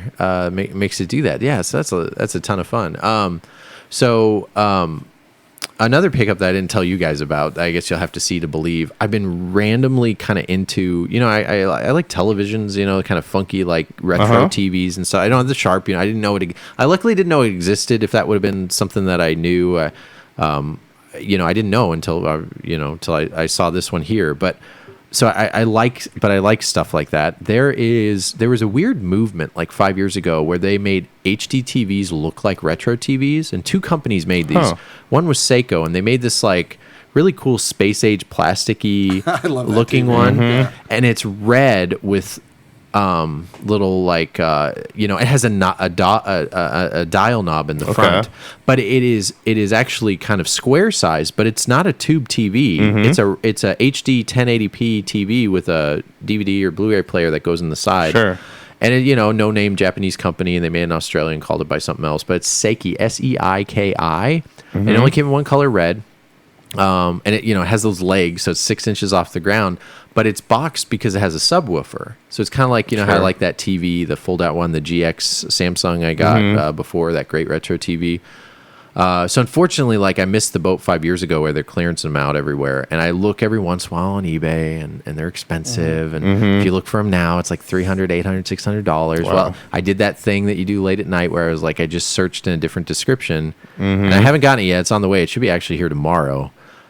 It was the weirdest lot I've ever bought on eBay. It literally was the TV, and he just listed it as Seiki 22-inch, but the picture is right there, a laptop with like 5 games on it, like FIFA and stuff. And he lists the RAM and everything, and it's an open laptop and it has a bunch of games on it, and then like an arcade joystick, and then the remote for the TV, and the TV's in perfect shape.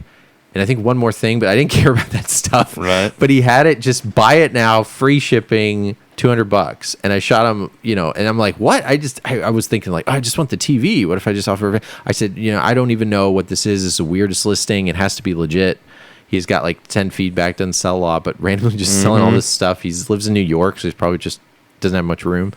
And I just shot him a buy it now of like $140, and I'm like, the TV goes for like $400 or something. That's gonna be like $80 shipping to ship that thing. Maybe he's connected with the thing because it's free shipping, and he did priority, and he already messaged me about I said, I was like, oh, I didn't want to play my cards about how much it is. I was like, hey, can you take the legs off the TV because they were known to break and all this. And he said, I wrapped as much bubble wrap as I can, so I hope it arrives in good shape. All right. But it was the funniest, weirdest listing, and he told me the passcode in order how to access the games on this Windows PC of FIFA 08, so I can play FIFA 08. So now I know how. It's the weirdest listing, and it's so freaking weird, but I love that about eBay. Old electronics like that are so funny because I was... My bad. Well, I'm sorry. It's fine. Yeah. So I was on Facebook Marketplace, and I saw this thing for Star Wars, and I was like, man, I don't know what that is, but it looks kind of cool. And then I opened up the listing, and it's called an electronic disc system. It's the electronic disc system for Star Wars, and it's this RC. I've heard of them before, but I've never actually seen one. They were kind of like pre-laser discs, but they look like records, and they're an analog thing, and they come in this big diskette that slides out into this machine, and it came out like the late 60s, and they're super rare. But this is like the original A New Hope Star Wars on this electronic disc system. I mean, I've never even seen the player. I don't even know how you would ever get one, but I was so tempted to be like, I'll buy that. Because there's like one on eBay that they were like $200 for, and the other one's like $20 for it or something like that. I mean, I don't even know if it's worth anything because nobody actually has the player, but I thought, man, that's kind of cool. Yeah, definitely. But anyway, I didn't mean to derail the conversation. Oh, no, you're okay. You're okay. I'm just excited to have that little TV as a fun little kind of retro That'd be cool. looking TV. And one other company made one. It's Crosley. Yeah. And I saw the Crosley one actually is the one I was thinking of. Yeah. Yes, and I saw that one at, they have a bunch of them at Portland Retro Gaming Expo, where they have them set up to like play old games, but it's a new HD TV, and it's the same thing. It was called a Crosley Custom. They also got clearanced out on Woot, and I just didn't know or think to look for them. I don't think the quality is quite as good as the other one, but it's fun. It's like a 22-inch TV, and it looks like it's got wood grain around the side. But anyway, it's an HDTV that looks like really, really old school. But I'll try to find one of those just to complete that fun little set. Yeah. There's one more pickup I didn't tell you guys about that I should be getting, and it's a white whale of mine. I never thought I would get. It's not technically here yet. I'm still in talks, but it's a good buddy of mine. It is coming from really, really far away. He's getting rid of his system. It is a kiosk. Okay. Ooh. It is a kiosk that I'm not going to just be like, hey, you guys don't have it. I don't think anybody in this continent has this kiosk because ours are known to be. Tell me this isn't the overseas PS3 kiosk. It is. Yep. Cool. Yeah, it's the overseas PS3 kiosk, that thing is awesome. It's specifically that one, Yeah. and actually that That's very literal cool. one. So that thing is cool. That's one of the coolest kiosks. Yeah, those that don't know, out of all the little systems, I like old stuff, I like new stuff, but I have, PS3 complete set. And the kiosks I do not have, they're hard to find. Usually here they were built more, function over form. The TV's at the top, it's disconnected. They didn't have some sort of like unity to them, like say the Wii U kiosk or the new Switch kiosk or something. So the one in PS3 is really cool looking. It'd be hard for you to find what it looks like. It just looks like the system. It's black, has a HD TV, has lighting. It looks like the system is floating in the middle, kind of like the old commercial. Yeah, it just the weird baby commercial. Yes, yeah. It doesn't take up too large of a footprint. It just looks good. It fits. And I don't know why they didn't make this kiosk here, but they did it in Europe and they did it in Australia. Well, a buddy of mine, TJ, the guy that sent the package before and sent me some stuff, sent us the coasters. Ooh, which I should bring here now that we're kind of moved here to Adams. The little PS1 coasters. He's been slowly kind of getting rid of his PS3 stuff to start up a barcade in Australia, and he had one of these. And then it was funny, he showed me, and I threw out this comment, because we talk a lot back and forth, have good conversation about life and gaming. One of those like gaming buddy type guys, and it's great what this community can kind of build. If you haven't been able to kind of be a part of a Facebook group or something like that, try it out. You never know who you're going to meet. So anyway, we send each other stuff back and forth every once in a while, but it's kind of difficult because we're so far away. I randomly threw out a funny thing once, like, God, I wish you worked for a shipping company and you figure out a way to get that, to me somehow. And I wasn't, that literally, it's like, no, there's no way. And it'd be expensive anyway and yada, yada. And we never talk about what we do, but he said, mate, he said, I shouldn't do this thing because I don't do his thing, his voice right. Perfect Australian. Well, no, he's like, mate, I actually do, because he always messes me when he's in a car driving. I think he drives a lot for his work. So I always think like, oh, he's got all the Outback in his background. He's driving through and looking at Red Rock and all this fun stuff. I love Australia. I've been to Australia. I love that continent. I think it's great. I want to go back sometime if it wasn't so dang far away. Expensive flight. But anyway, he kind of said, yeah, I do work for one, and I think that might be possible. And I talked to my boss, and I think you could do it for, X amount of money. And you're talking like, the price of a PS4 to ship. And I'm like, okay. It's funny going back and forth. We're finding out like the locks, the plugs, and all the outlets are like Australian. So trying to think about that. And he went back to look at it because he's had it in storage at his sister. And fortunately, he was starting to take it apart. And he's like, he messaged me just a week ago. And I was like, oh, crap. It needs to be taken apart. He kind of knows the way it has to be in order to ship for this X amount of money, which isn't that much over here, but I would have to pick it up at a dock or something. I'm like, that's fine. I don't care. I'll rent a car. I'll get whatever.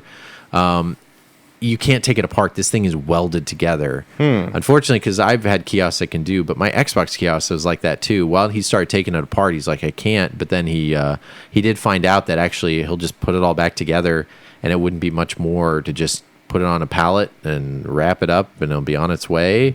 And I should be able to have a PS3 kiosk, Australian version, here in North America in the middle of the city in about 6 weeks. And I am stoked. So PS3 party. Yeah, that's been the big thing. And I'm kind of done. Then I'm like, I don't have to collect anything else, guys. That was really, I don't know. I'm super stoked about that out of anything. To yourself, I know. But, we all have our funny, interesting things. And I've always, wanted weird stuff. I mean, I'm looking at Adam's hot seat up there. It's the things that are super weird that stick out. But, we've got great, fun things, Super Scope. There's so much stuff out there that, every once in a while, if you really want a certain thing, like Shane and his big box fishing games, it's not like, well, maybe if I was 12, I would be like, Shane, that's a dumb thing to collect. But I love how much he loves that crap. And I love how much you love your crap and your stuff also. Like you show me like how you like arrange everything like a little toy master.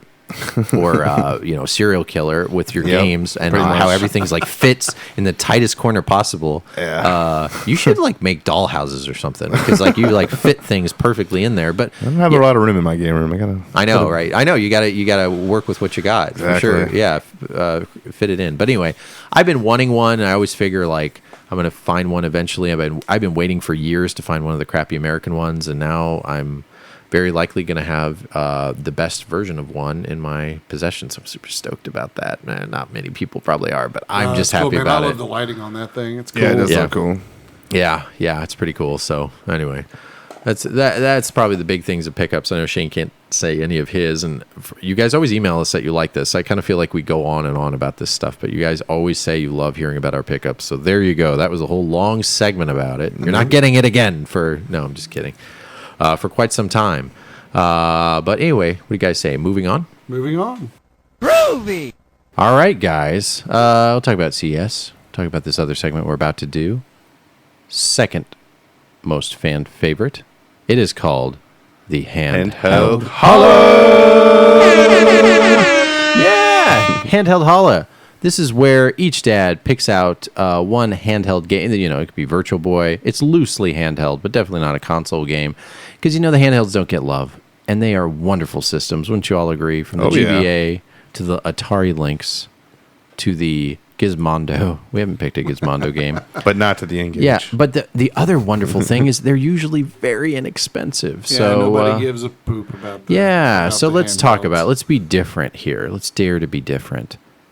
What is your Handheld Holla pick recommendation for this episode, Michael?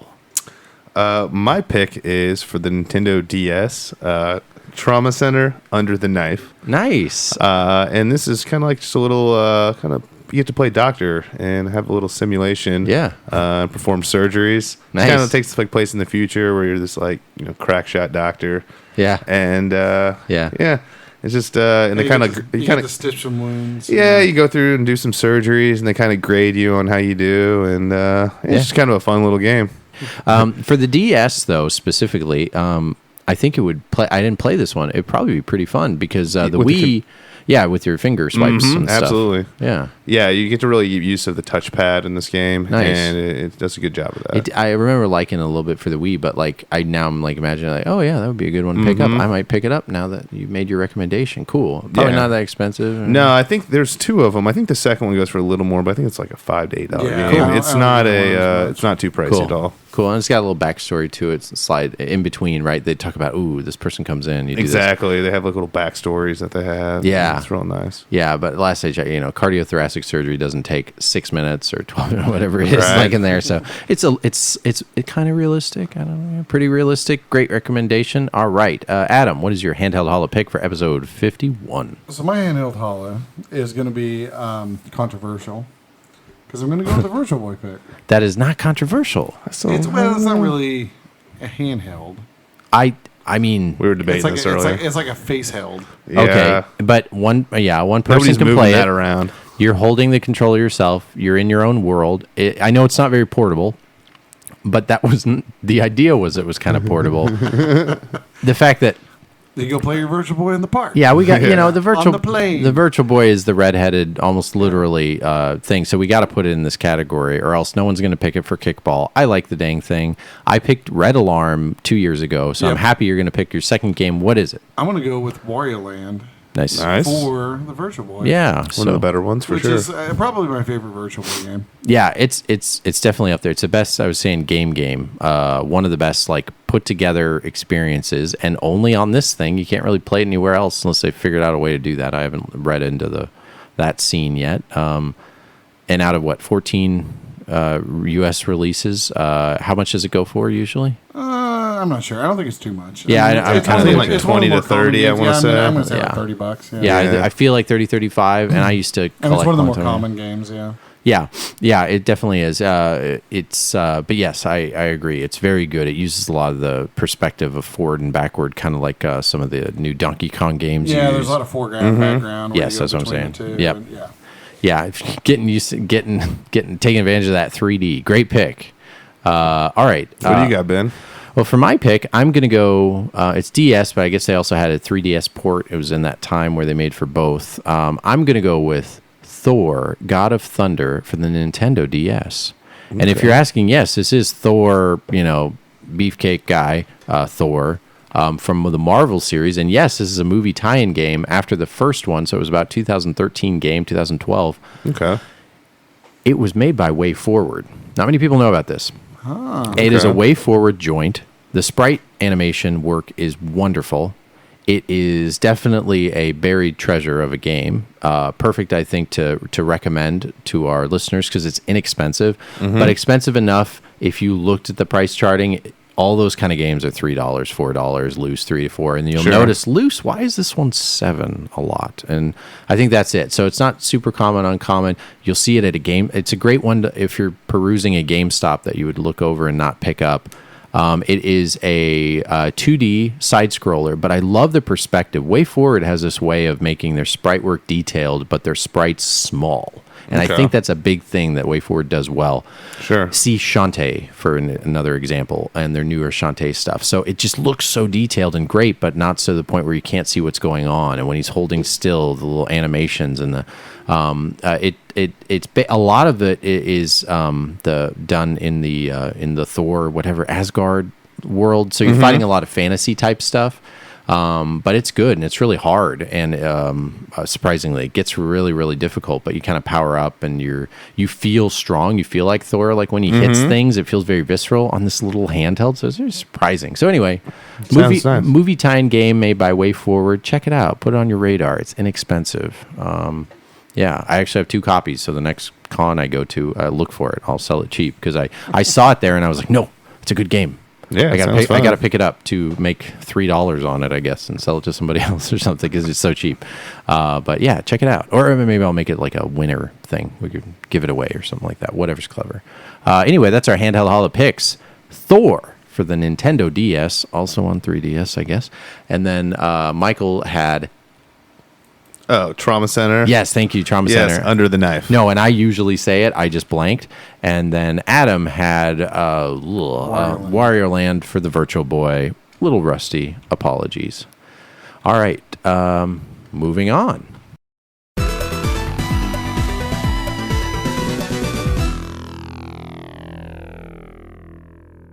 Before we get to our CES segment, I cannot leave this off. I have to say, it's real quick. A great thing happened over the course of the holiday too.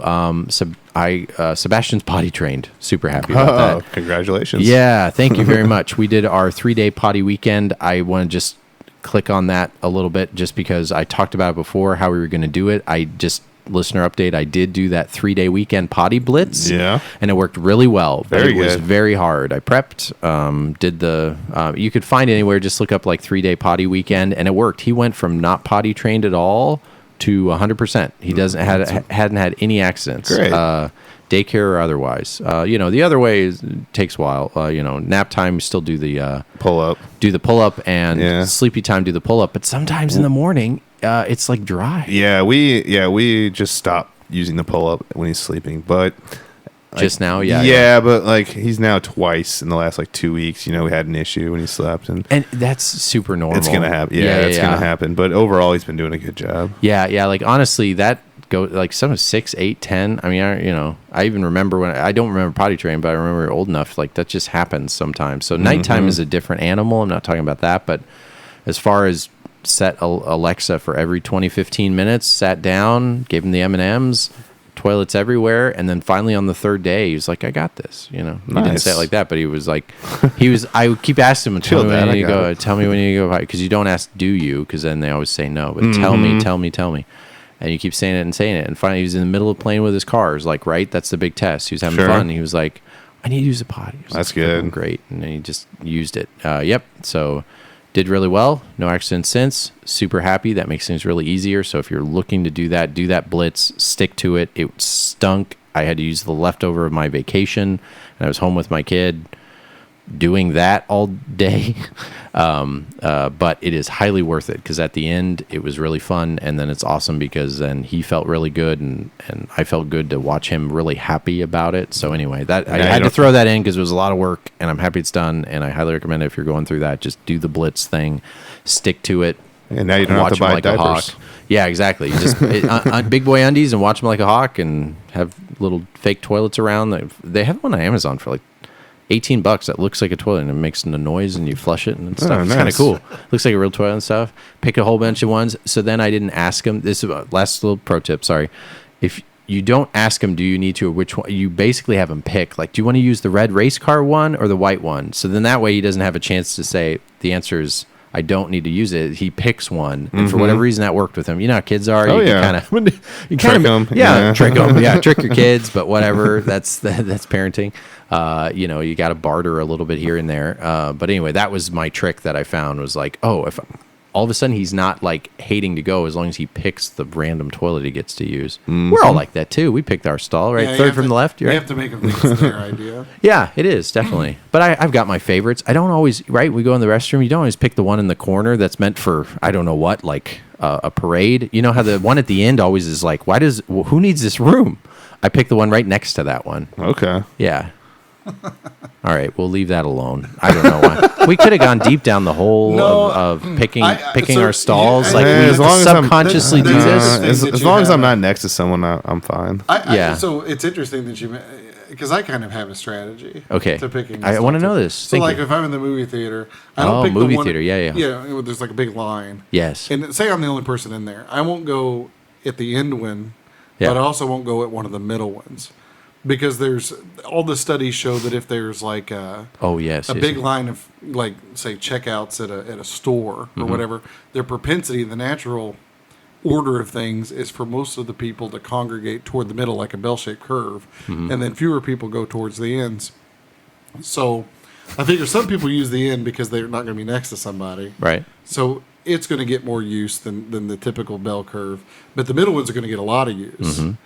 So I go for the ones that are kind of between those because if I do happen to catch a little splatter, I'm less likely to be exposed to someone else's horrible, awful. Yeah, disease. you're gonna get some sort of slug.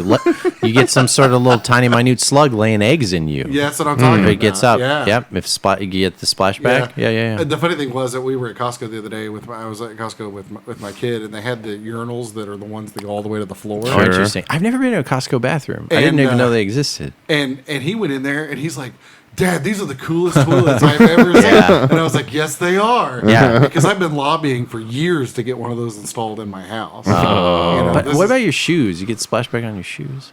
I bare don't know. feet? You'd I be don't wearing- know. I just okay. think it'd be cool to have one. Late night and in the morning, that'd be good. Oh, like man. when you wake up in the middle of the night, and Yeah. just like the ones that go wherever. over the floor, yeah. It's like, Yeah. whatever. It doesn't matter what I do, I'm going to hit the toilet. Exactly. Yeah.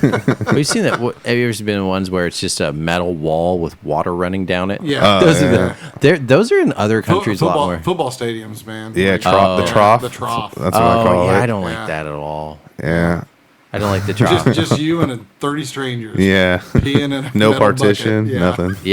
yeah, but everybody's talking. You realize that, like, everybody's in there. That's but, like my biggest thing is think I it's just can't. alcohol maybe. But Yeah, I people can't always- listen. I can't listen to people talk. Yeah, That's I know. my It's thing. Like, it's like, dude, just stop the conversation for. Yeah, I went to the doctor's office and I had to do like a urinalysis, and then there was two nurses sitting right outside the door, and they were having this conversation about like their date that was going on. I just could not stop listening to it, and I just couldn't focus, and I had to like just be like, literally, I told them like, can you please Whoa. stop for a minute? Whoa, you went out there with your cup and you shook it at Empty. him. Yeah. No, it was empty, and I was like, literally, this is like weird, but like, I don't know, I cannot listen to this No, that's conversation good. while I'm going. When I That's lived good, in- that's good. We're going off on a tangent. When I Sure. lived in, so when I You're lived welcome.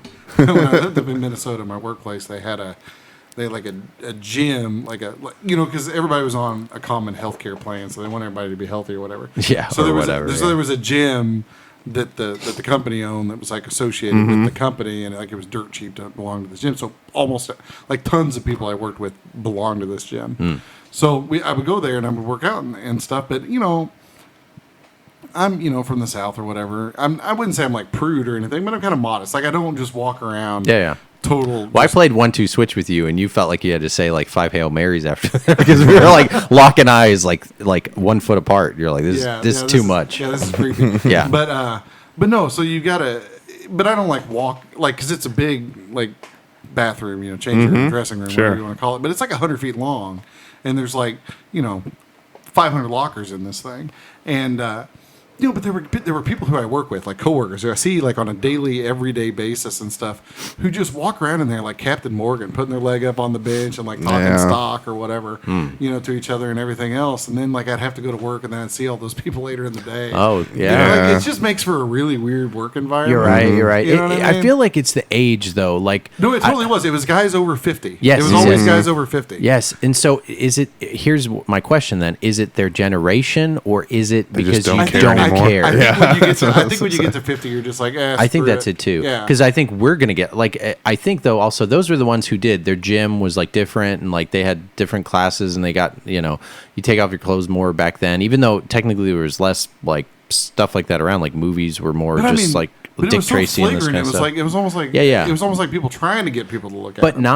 not because the way they're talking about stuff, at least I maybe think. I don't know, but I always thought it was real weird. Like, why would you stay in the dressing room for like 30 minutes just buck naked talking to some other buck naked guy? I think it is the not caring, because I've seen that a lot too. I don't. It's been a few years since I went to a gym because we kind of try to keep our stuff in the basement. But I used to go all the time, and I would notice that and.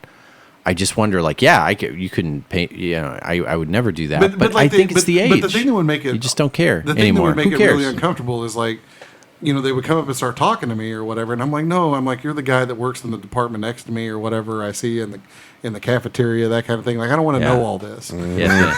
You know what I mean? Yeah, I don't want to know where your birthmarks are. Yeah, that's what I mean. Like, this is like we don't know each other that well for you to be like, well, let's talk about like what you're doing. Are you coming to the football game on Friday while you don't have clothes on? Yeah. Anywho, tangent over. No, I hear you. I just haven't been in a locker room for a while, so I kind of don't have to think about that anymore. But no, it is super weird when I think back on it. All the old men advice I'd get with them covering their family jewels just barely or whatever, and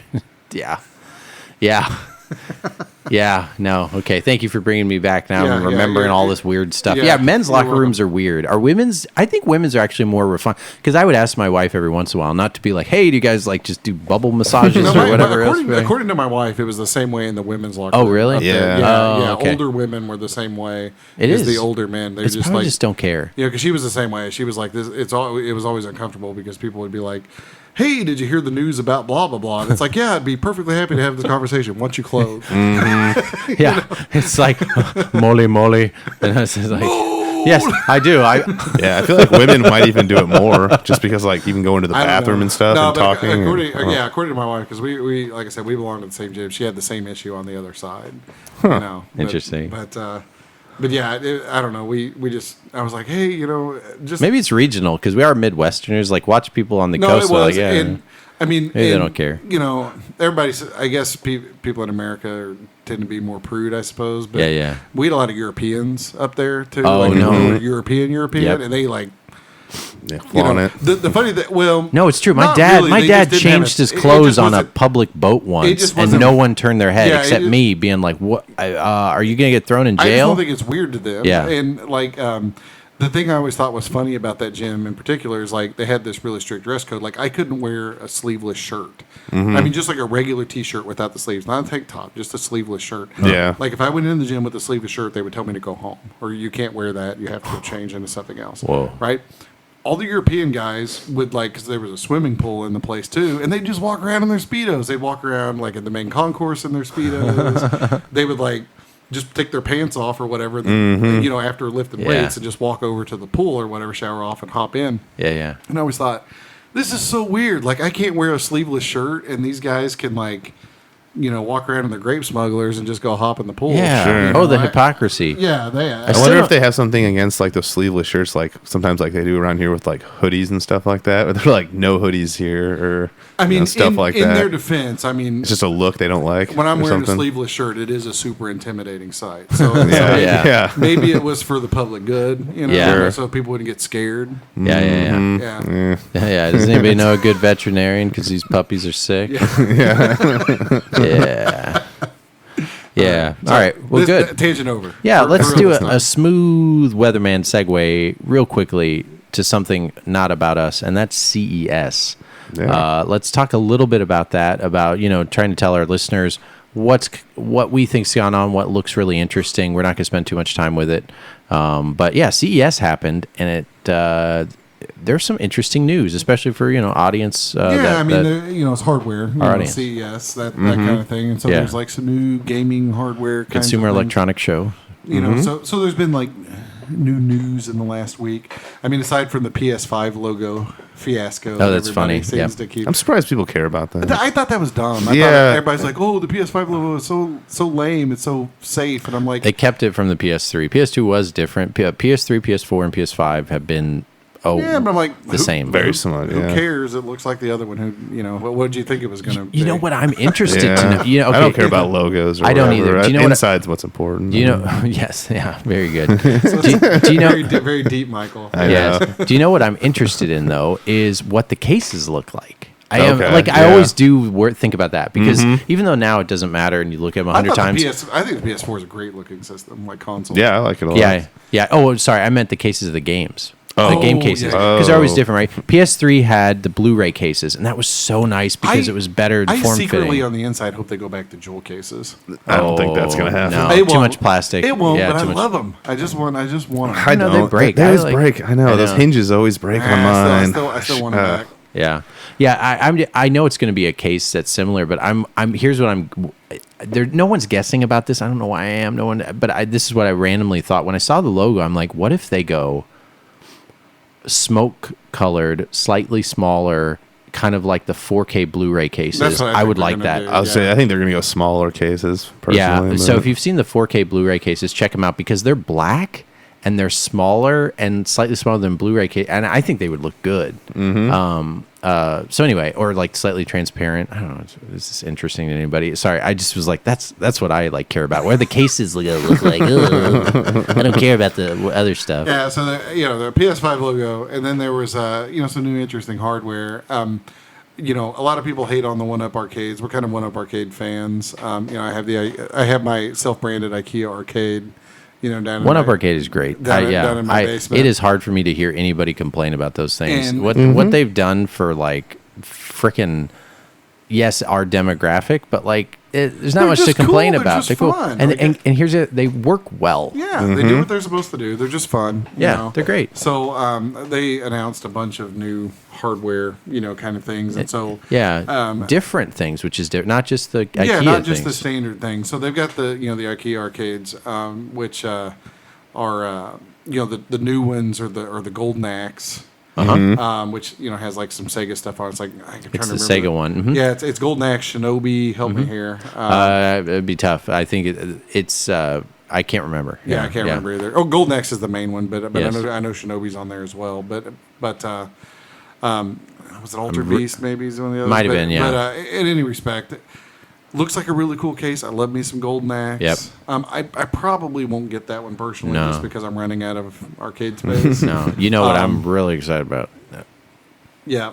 So Yeah. there's the Burger Time one that has Burger Time. It's like all Data East, like Burger Time, Bad Dudes. Yeah, looks good. Looks good. It looks That's pretty the, good. That's the one that they're going for collectors for. That's the Yeah. limited one, which is interesting. They're only making 3,000 of them. It's funny how everything's 3,000. Like they know how many collectors. I think that's kind of it. I think those are the what you know what I mean. Yeah. They might start being That's able the to sweet judge spot. I'm based gonna on how pass many on- they've sold previously. Yeah, I'm going to pass on that one too, even though I do love some Burger Time. I mean, it's a cool game, and it does look like a really cool arcade. And then the one that I'm excited about, and I think Benjamin's excited about, Michael, I'm not sure about you, I'm a huge fan of the game. but From Downtown. Yeah. NBA He gets Jam. it. Shakalaka. Boom, shakalaka. He's on fire. Yeah, man. No, there are going to be house fires all over the place. Dude, I've been wanting NBA Jam so bad. Yeah, and this one's So excited. Wi-Fi Yeah. enabled, online. Yes. leaderboards. Yeah, that's cool. So that's probably the coolest part. So I like think. literally, folks, you can buy one of these and play with one of the video game dads or more. Oh, that's true. Yeah, like we're important. But I mean, like you could play with anybody, your buddy across whatever, and you could play. And listen, if you play this with, like I got a buddy I played this in college with, I'm gonna go tell him to buy this stupid thing. I don't care if he lives in New York where it costs like $1 million for every square foot. I want him to get this so I could play this with him again and relive the nostalgia I of just playing wanna with him be in able to- college. I want to be able to play as Bill Clinton. Yeah. Or, I don't remember all the crazy. So did you characters hear and stuff about the rights and everything with all the I'm sure- players? I'm sure it's all screwed up. Well, yeah, it's- they'll erase the player names. and No, all it's that, actually not bad. They were able to get 98% of the players. Oh, that's good. Because cool. I don't know what they did of just sending each player like, here, do this because the likeness. But everything I've heard in the likeness and the there were some they couldn't get. But that was the big thing for me. Is like if they're all going to be whatever, that's a big knock. But no, they said they're getting 98% of the roster. I wonder if they get Jordan. Who knows? I don't even think he was on the original. It was Pippen. No, he wasn't. It was Cartwright Pippen. Yeah, you had to put it in. Was he out one of like them, baseball or something? Jordan never put himself in a game Jordan had, until like, his later. own separate thing. I think Yeah, one of them until he you came had- back. Huh, okay. I think one of them later on you had to put like a code in even to be Jordan or something. I could be wrong about that. But, All right. But yeah, I remember playing. They always had a fill-in guy with a different number. That Yeah, looked like I remember playing it on like Genesis or whatever when I was a kid. And it was like you had Pippen and like Rodman. And Okay. a couple other no. guys. Yeah, that's a pretty And it notorious. was like, Yeah, where, should be a where's gaming the main, historian the thing. main dude. Yeah. Yeah. Yeah, he notoriously, him and like there was one other player that would do that, but they didn't do their I forget his reasoning. It wasn't what we thought, but it was kind of just like a I forget. Shoot, I need to He thought remember. that being in a video game would steal his soul. Maybe because he had yeah. his own game or something like that? No. It wasn't even He was, like he that. was too busy doing Windy City. Yeah, Yeah, Now, he that's what I did. was gonna say, like- He was in Tecmo NBA basketball for the regular NES, and he was very good. But that was before they started to win championships, and then when he started to kind of get his own brand and he had his own shoes, Yeah.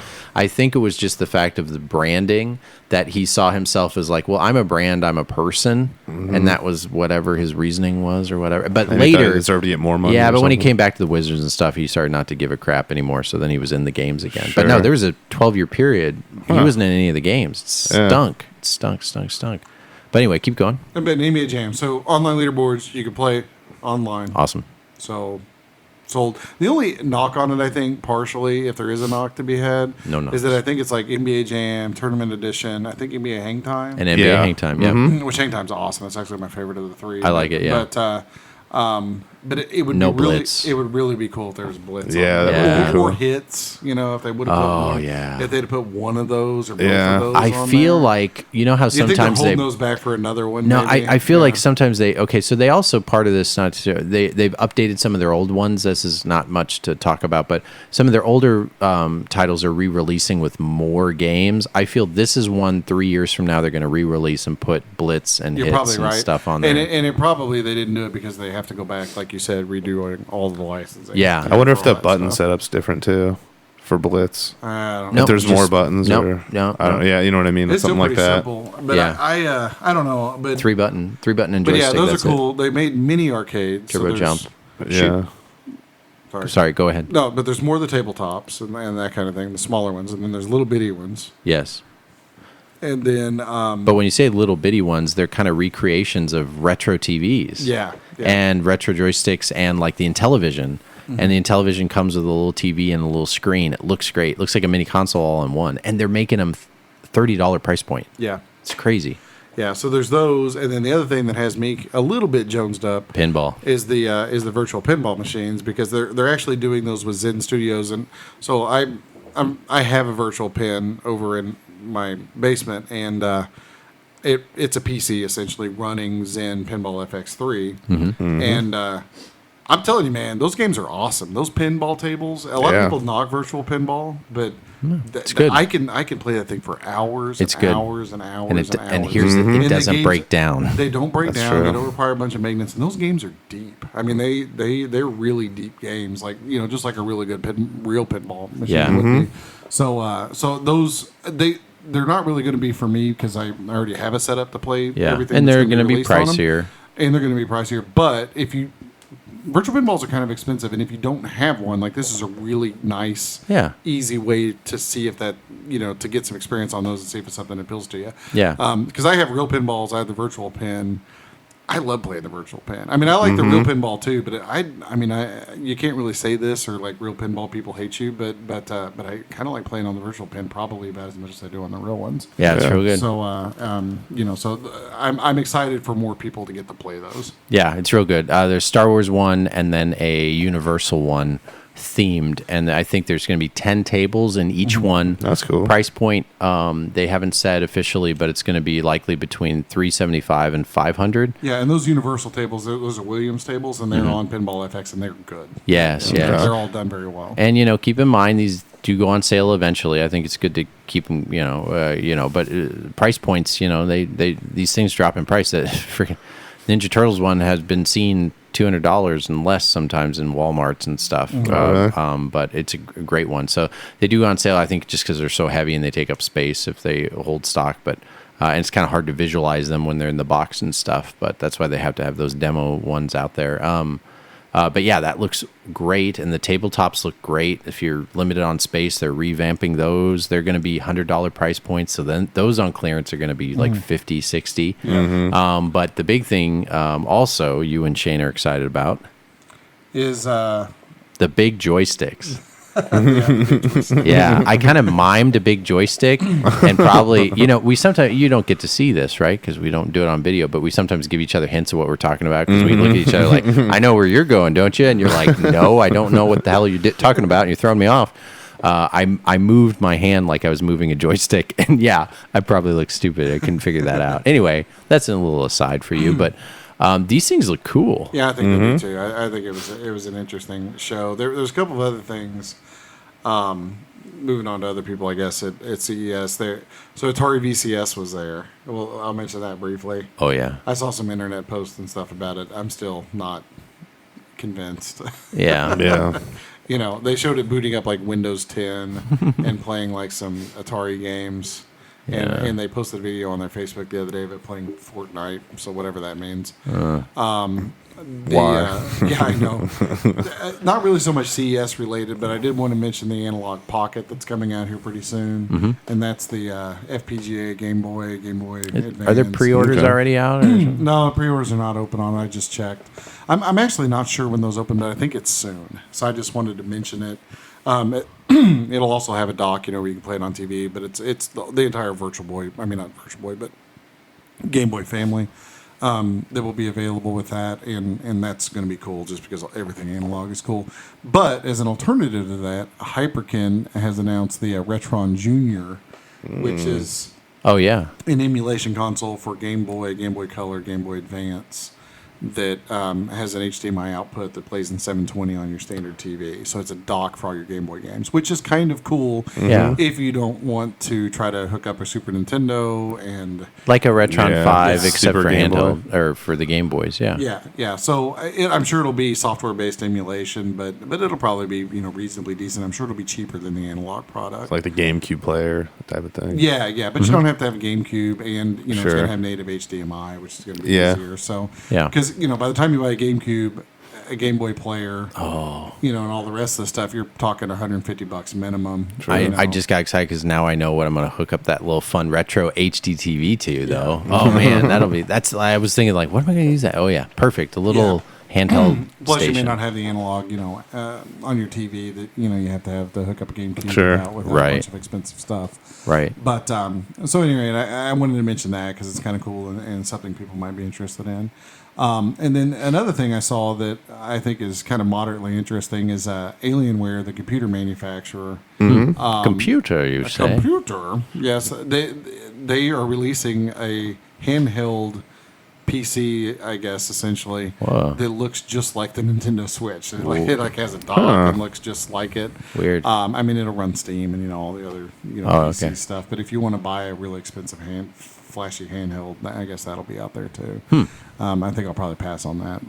But in any respect, there was just a couple things there I thought we ought to mention just going forward. The other thing I'll mention too, since we're talking about hardware, Shane and I are still holding on to Polymega pre-orders. We're still hoping that we aren't screwed. We're still not 100% sure on that.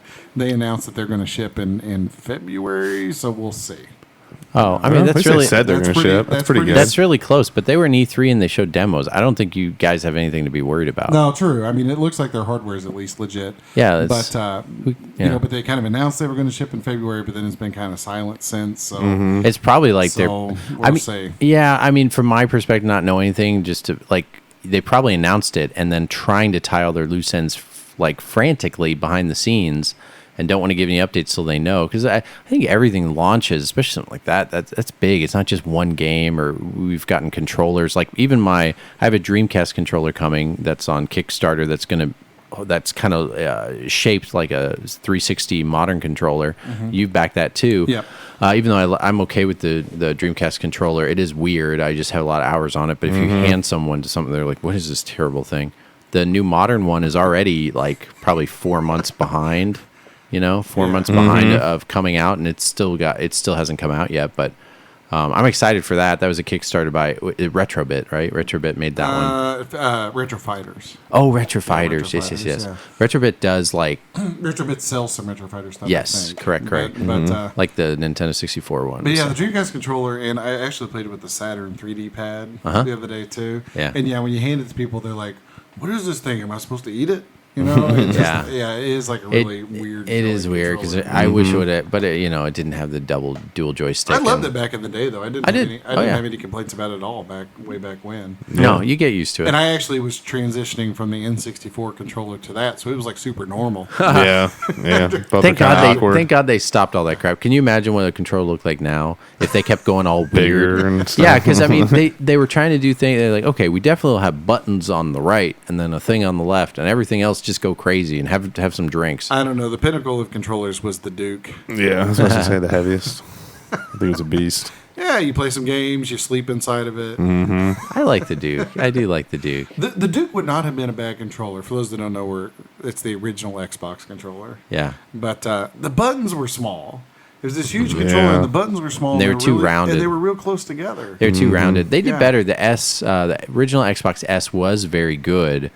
I just wish they would have taken the buttons and the layout and made it slightly bigger. But then, of course, we ended up getting the Japanese ones over here for our big hands, and then redid them. And that's the S. Yeah. Good stuff. So CES, that's our little bit of news. Hot take. Yeah, hot take. Yeah, we'll be wrapping things up, but just so you know, we should be back to our regular scheduled programming. We'll try to be pumping these out every 3 weeks. Again, we apologize. It's been a long time. Hopefully, you're still listening. Please keep us on your subscription list. Please keep the reviews going. We are back. We never went anywhere, but sometimes, family and everything, new family members come in the world and stuff. You just gotta take breaks. It gets more complicated when they're youngins, as you know. But please still keep reaching out to us. We will reply to all our emails. We will address all our emails on the next episode. So apologies we didn't do it this time. And we still really appreciate you guys. We do this for you. It gets harder and harder to get together, but and our wives, thank you very much. Of course, it's difficult for them if we get away, and it's for us to do this in person. And we hope to see you at some cons this year. It's good to get together. Back at it again, knocking off the rust. Episode 51. What do you guys say? It's in the books. It's in the books. Thanks, guys. Thanks.